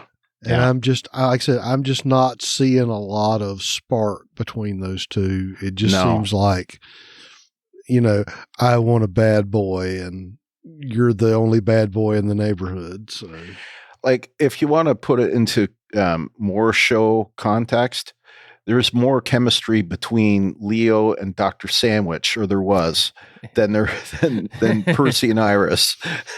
Yeah. There's more with what's his name? Corduroy Boy and daughter of art colony girl.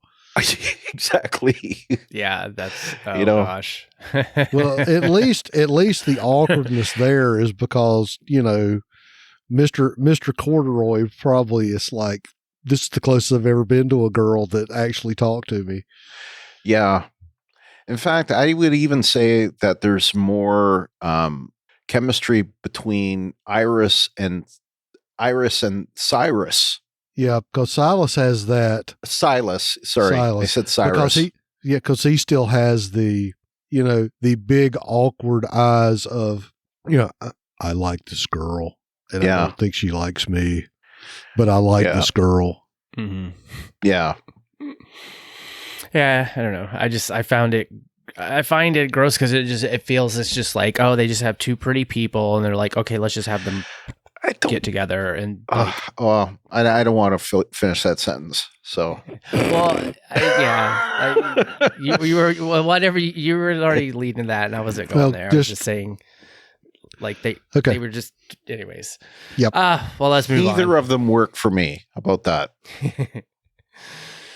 No, that works. All right, I will get through this last part because this is more of just like kind of more of an observation just because of this whole deal that's going on with this Project Votus. And like, it was just, my question was, since we did have the CDC in The Walking Dead season 1, episode 6, and so that is canon for the TV show because it happened, even though I think they wanted to like say that that doesn't have anything to do with anything. But like we know that the CDC was working with others across the world before things shut down, and then of course the whole place exploded, so all that stuff was gone. So I was just curious, like, did the CRM have anybody from that type of organization, or were they doing all this research from scratch? And it seems like they have all this like military might and like like this top brass organizational structure going on. And then it's all leading into this whole study of the reanimation process, which I thought was similar to what they were doing at the CDC, to like what Troy was doing when he was studying people in Fear in season 2. And then it's like we have this in World Beyond. So I was curious if like, is there some connection? Was this something that they're just trying to, because it's been brought up before? So I don't know. I just thought it was curious about that whole. Basically them specifically speaking on the reanimation process. So I don't know. Do you think they knew, like, I mean, it seems like they just started over because they didn't have this information. Cause I know in The Walking Dead, we saw the actual video of like, okay, it's the virus. It like, once you die, it takes over your brainstem and then it like reanimates and all that kind of stuff. But that's, I don't know how far they actually go back, or if that was just like, okay, we don't want to talk about that, like, or right. not. Right. But yeah, that's all I had to say. Well, I'm just looking at something. There's an interesting article on comicbook.com this week about yes, there is Project Votus. So you're correct, sir. Yeah. And I'm just looking at it now. It looks like I'm guessing you had a more in-depth look at it. I read that during lunch today. Ah, okay. So maybe you can talk about it. But since I didn't read it until this moment, I would say if we had, our usual sauce for this show, I would have to add or maybe a weak sauce here, because I would ask, why didn't Dr. Sandwich, aka Dr. Belshaw, try to defend herself? Like, all she had to do was trip the guy and then stomp on his head several times until it squished like a melon. But no, sure. All she did was just run around and, like, act like the stupid rat in the thing with Dr. Portland there. She did the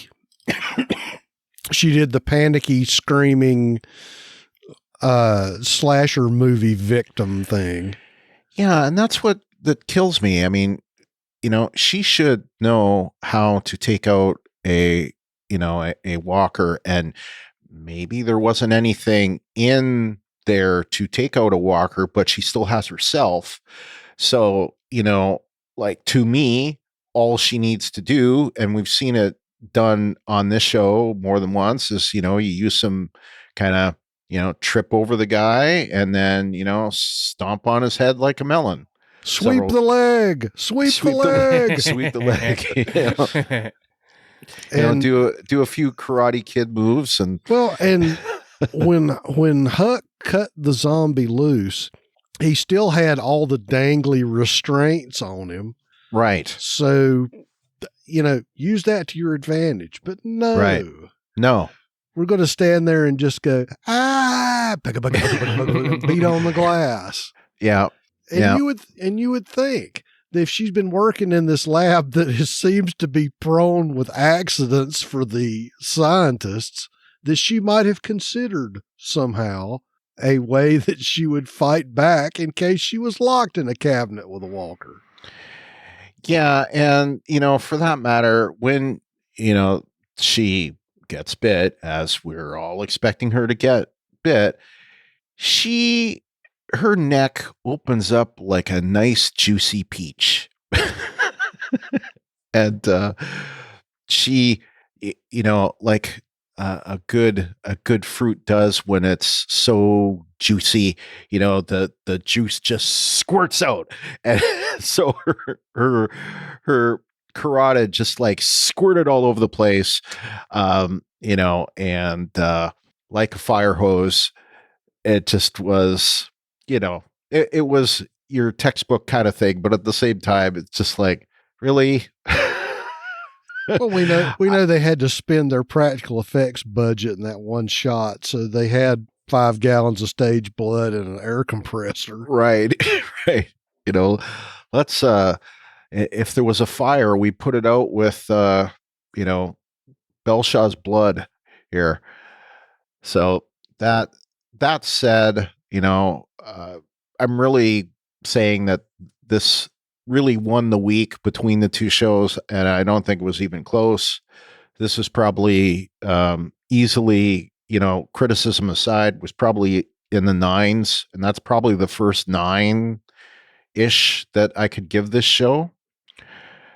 And you know, I the twists and turns of Dr. Sandwich I was kind of surprised about.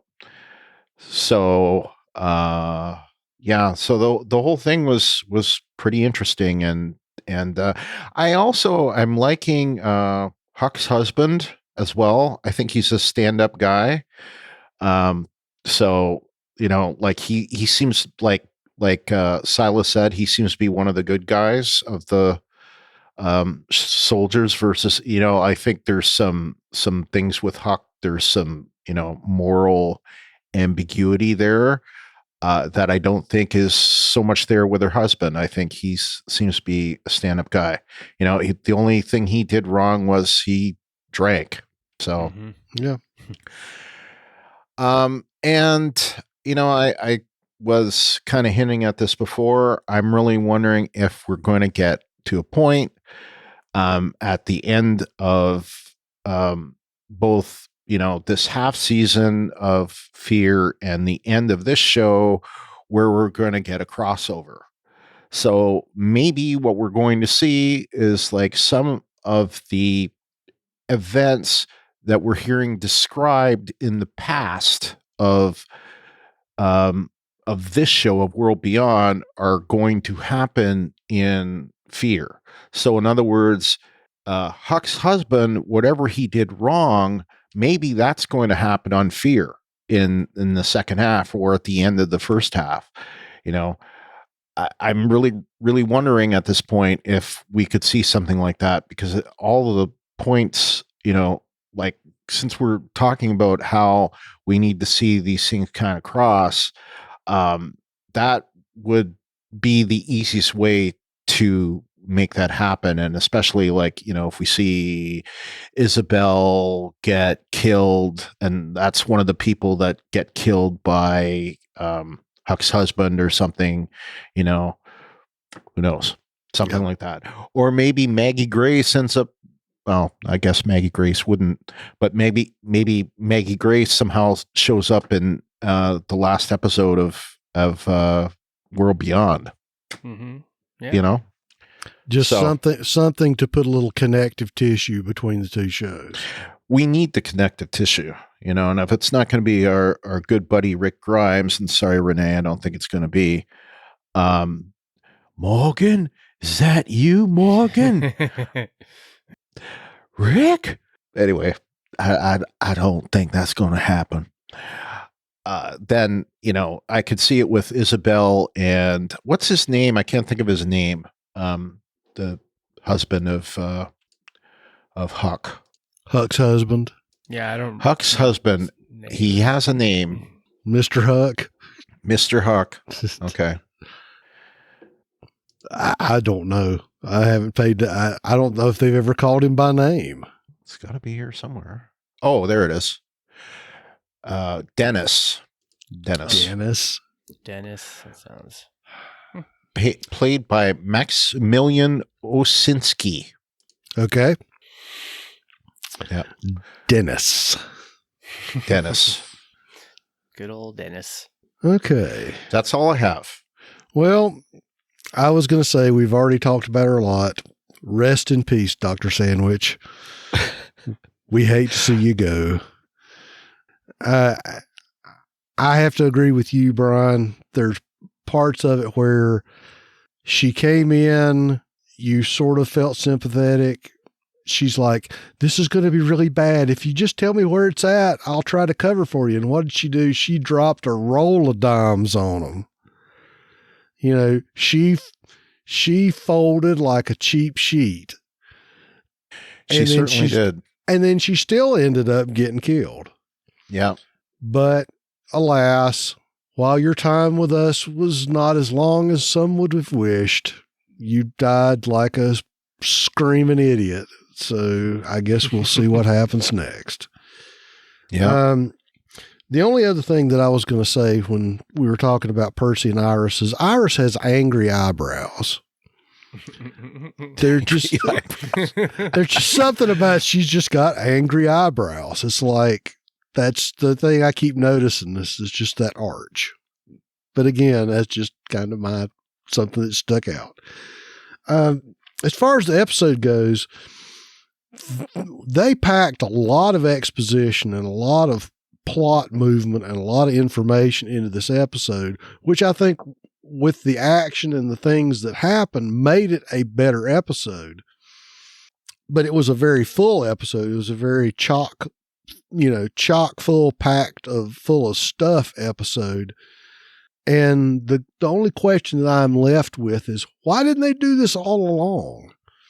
You know, why couldn't we have done a little bit less of the teen angst wandering through the wilderness that we got in the first season and sort of pack some of this stuff into it and kind of cut down on the wandering through the woods part? Because it's my thing for timing that they could have done this spread out a little more and done a little less of the parts that we all thought were boring and pointless earlier on.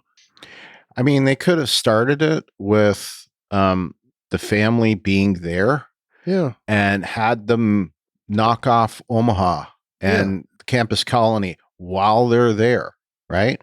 Yeah, and then they find out about it, and then it becomes much more of a conspiracy show instead of a coming of age show, because I'm sorry, that coming of age stuff did not work for me. No, and it didn't work for me either. And if you listen to what we said about it, what killed me about this is the fact that it was just get to the point. Why are we doing this? Get to the point. Let's knock this off. Let's get what we're here for.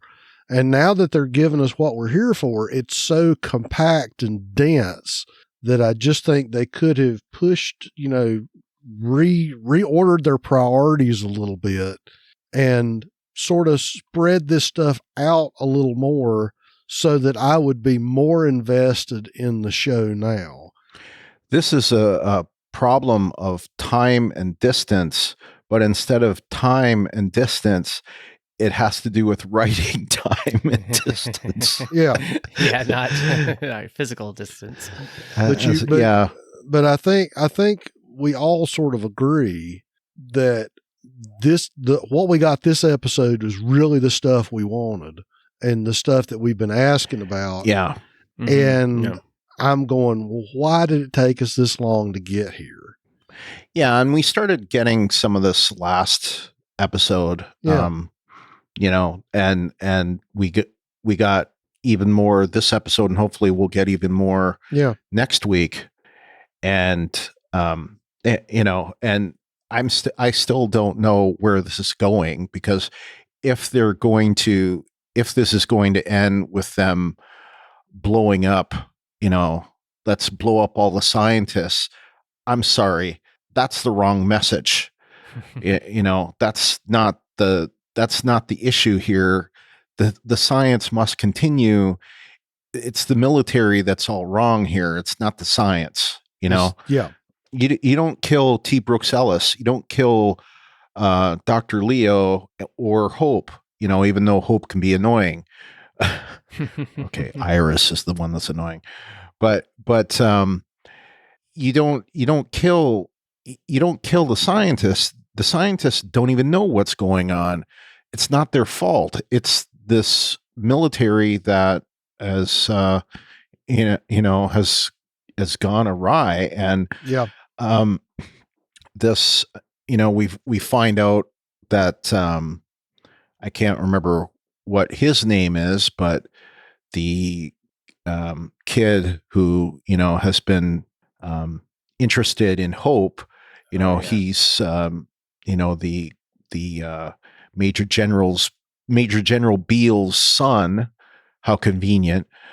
And I was going to say that only from the standpoint of, they're in class and he never said his last name and nobody ever put two and two together. Or someone didn't already know and said, "Oh, that's so and so's dad." It's kind of like, how many Beals are there? Well, I guess they don't have to. Attendance isn't quite the thing that it used to be. Well, that's true. But, from my standpoint, of course, Hope's love interest in the show is the son of the Major General. Yeah. Of course he is, because that will add another layer of plot complication. Yes, it will. But at least now we know more of why they finally killed Omaha. That we've been asking, why did they do it? Well, we sort of know more about it now. We can't really say it was a good idea, but at least we sort of know more about why. Because what have we been saying this entire time? Why did you kill 100,000 people? Right. And now we sort of know. I don't know if we know enough. I don't know if the actual good hard why is there yet. Yeah. I mean, to test the science doesn't jive for me. Obviously, if they're taking out a threat, that makes more sense, but it still doesn't jive for me. Yeah. Especially when you've got helicopters and you've got guns. Mm-hmm. Let's take 97,000 people and let's march them 1,200 miles to, attack. Why? Why would they do that? Or, gather up all the resources, west of the Mississippi. Well, they're west of the Mississippi, so you can take everything east of the Mississippi. Did they have that much wheat and oats and barley and whatever that they've grown stashed up that they were suddenly not giving it up? Yeah, it's like insane. It's like, look, you've got a lot of, like, if you're situated, in New York State or Pennsylvania or what have you, there's a ton of agricultural areas there. It's not like they're going to starve if they cultivate it, So, yes, Nebraska is good corn country. Okay. That doesn't mean it's the only place you can grow corn. Right. Yeah. I mean, it's crazy talk. Yeah.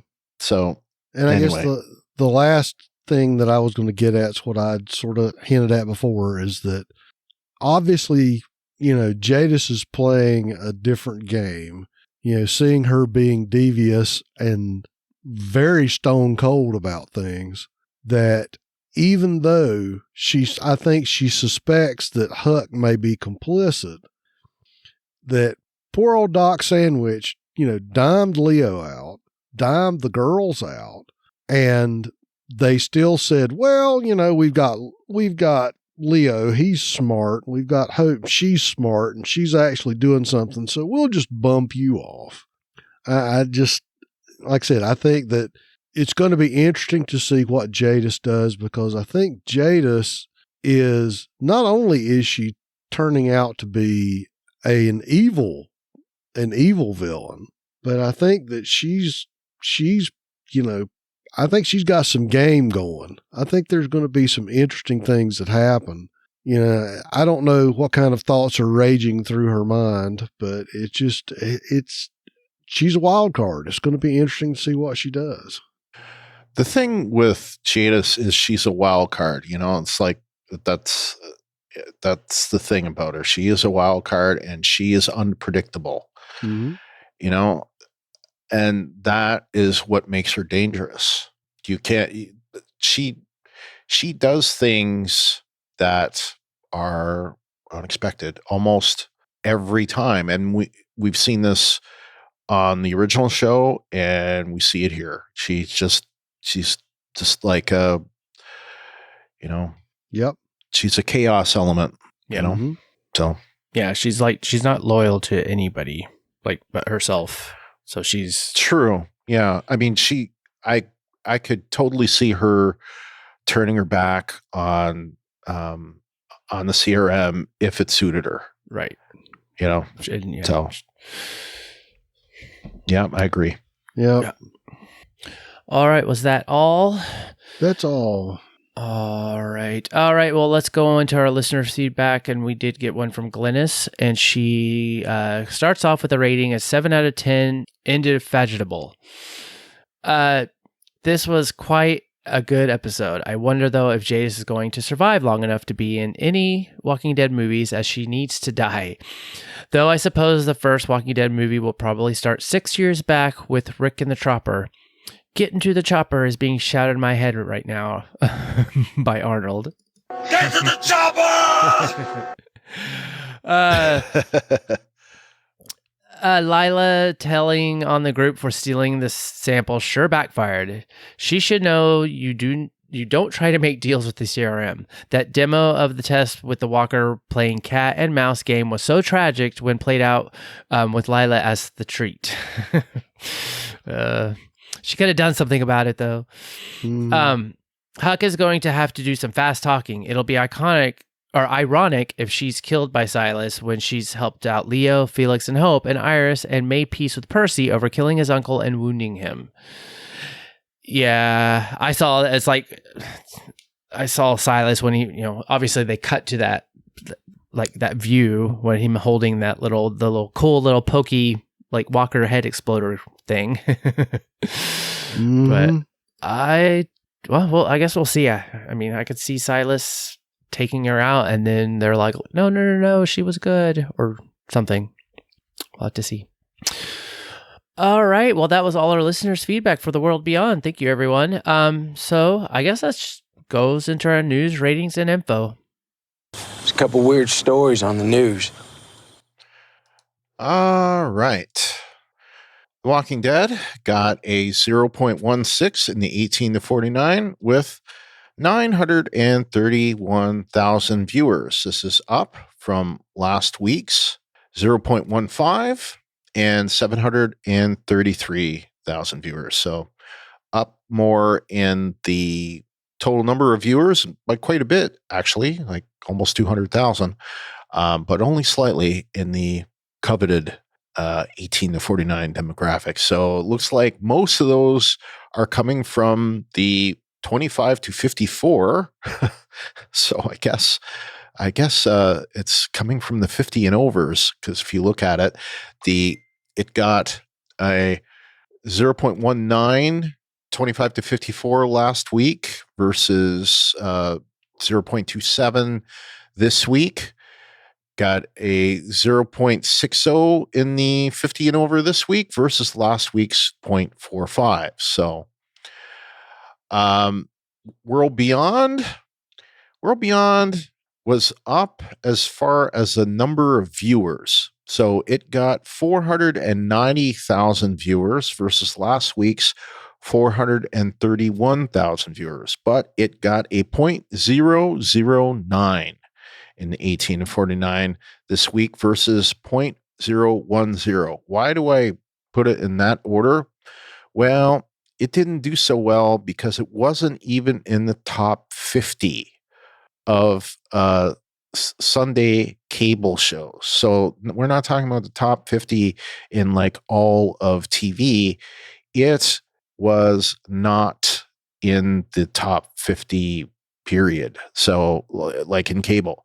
So I had to go to there's a graphic where it has, all of the stuff where the reason why, put it this way, the reason why I don't have there the 25 to 54 and the 15 over is because if you're not in the top 50, they don't show the 25 to 54 and the 50 and over. all you get is the 18 to 49. That's it. So, and if you want to know where it ended up, it was number 55. So, and of course, not so great this week. It got a,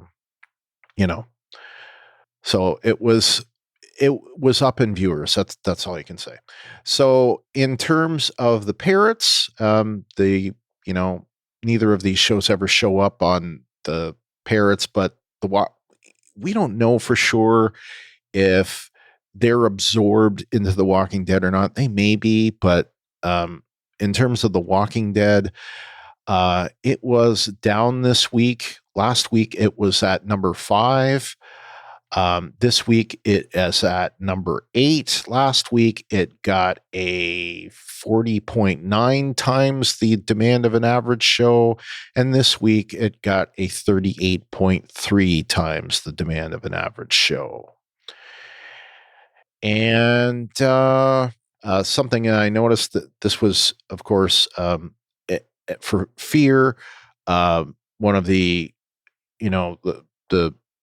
character of Mickey was played by Aisha Tyler, and I'm wondering if this might be the first time we've ever had a director for like a director that started off as a director actually come back as an actor on the show. I think it is. Like, we've had actors come back as directors, but I think this is the first time we've had directors come back as actors. So I thought that was interesting. Not really but what they said on the Insider, which is a part of the AMC Plus app, it said that they were impressed with all of her knowledge and her enthusiasm about the show and the universe. And when they were coming up with this character of Mickey, they thought, wouldn't it be great if we could get her to play that role? And anyway, that's why they had her play the role. So yeah. And also, you found a story. I'm going to let you give it because you found it, because I didn't get a chance to read it. So yeah, no. So so it's been reported that Fear the Walking Dead is leaving Texas for Georgia. And there's I guess they wrap up their production or whatever is left in December 17th, and then they're moving out. But what this means for the show, because there hasn't been an official announcement of season 8, but we do know that the showrunners have said over the summer that it's not going to end at season 7. Right. They're moving to Savannah, Georgia, and that's just 4 hours away from Sonoma, Georgia, where The Walking Dead is.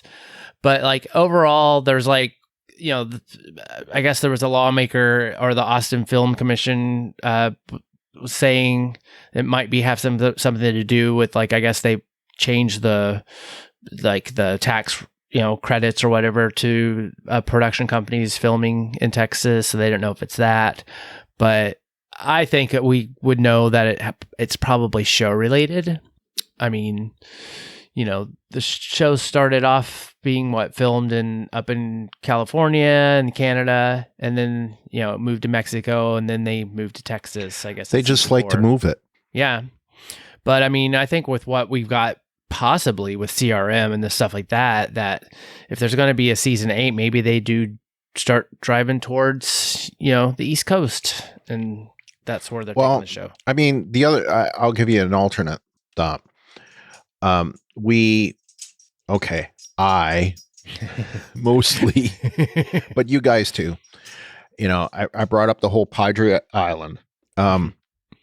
If you're going to simulate Padre Island and you don't have access to Padre Island, where are you going to film Padre Island? Well, you're going to film Padre Island somewhere where there are barrier islands. Well, where are there barrier islands? Off the coast. So as far as I know, Savannah has barrier islands around it. So I believe. Well, it and does. I was going to also take the standpoint of considering how Fear's doing and considering that they have an established base for production in Georgia. It would make sense to me logistically and economically to consolidate everything in Georgia. That it was nice to shoot Fear in Texas when it was sort of more unique to film in Texas. But I think that just the realities of, economics and the way things are, that it would make sense to have all the production consolidated in one place. And it's worth saying, I'll just semi-correct myself. So there's not barrier islands there, but there are islands there, and there are islands not like barrier-like islands, not too far away from there. So, anyway, it's worth saying that, Yeah, it's anyway, you'd be able to simulate it fairly easily, just having islands that are off the Atlantic. Yep. So, but what I was going to say is, like, I know that they've used Savannah for the scenes that they've shot for Oceanside. They've been the Savannah or the Savannah area there. So, I mean, it stands to reason that they would use, they could do similar scenes. But to me, it's more evidence that it's Padre Island. So, Your Honor, I rest my case. I don't know, but I've been saying it. It just makes sense to me. Yeah. But they're treating us like dummies, because I think it's fairly easy to come up with the thought, oh well, this must be Savannah, or this must be Padre Island. So, yep. And I don't know if you mentioned it, but there have been a couple of other articles that have come out. I think one of them came out today, maybe, that was talking about somebody had made a lot of linkages between the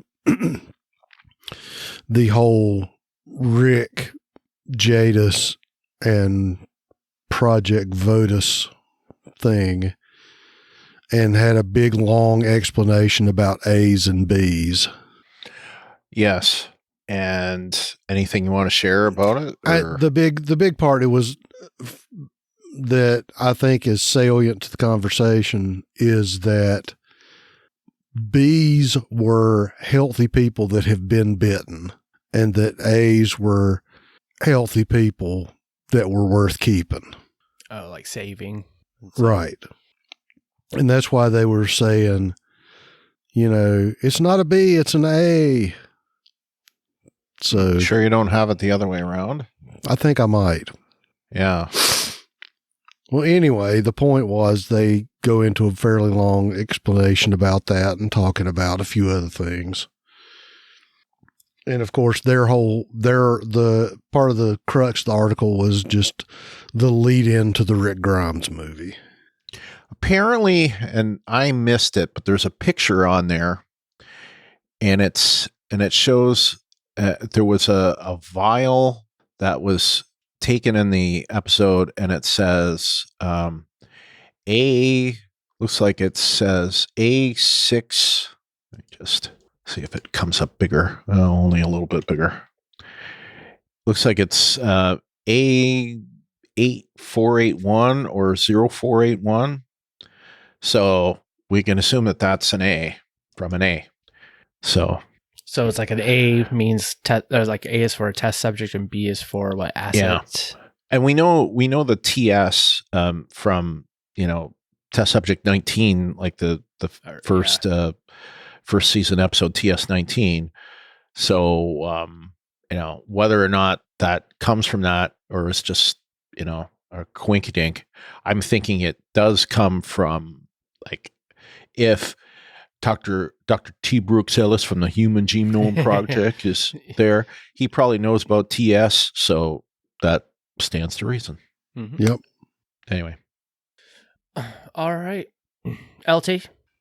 I shall. We want to encourage you to follow us on Twitter and Instagram. That's at Walking Dead TTM. To submit your theories and feedback, most people post in our designated episode thread in our Facebook group.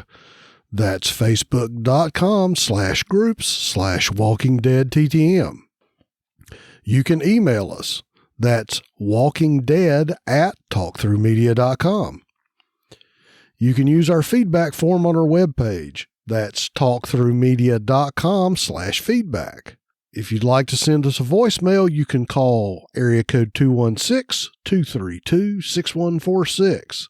Just remember the voicemails you send in that way are capped at 3 minutes. Also remember that all of our new episodes are on YouTube. Just search for Talk Through Media and remember to subscribe and click that bell to get notified when we have new videos. Those videos go out first before the podcast does. All right. If you'd like to support us, like and review the Talk Through Media page, and you can find that at facebook.com/talkthroughmedia. And as always, the best way you can support us is in our Patreon. You can find that at patreon.com/walkingdeadtalkthrough. And we'd like to thank our Patreon supporters, Clint McCullough, Renee Murray, Lawrence Todd, the guy over there, me, and Dieta Patterson. And remember that Dieta, Clint, and Renee will be getting an early version of this episode this week. Subscribe to us in Apple Podcasts or your podcast client of choice. And while you're there, give us a rating or a review. You can also leave us a review at podchaser.com. And there you can actually rate individual episodes or you can rate the whole podcast. You'll find a link to Podchaser on each episode post. So definitely check that out. And always remember to share our posts on Facebook and Twitter when we post them, or tell a friend. Word of mouth is the best way to get us new listeners. All right, Brian, where else can you be listened to? Well, Star Trek Discovery comes back this week. Asterisk. And that asterisk just comes in as of today. So this week, we have a little bit of a transition. So on that feed is the 5th episode of Star Trek Prodigy, and then that is going on a hiatus.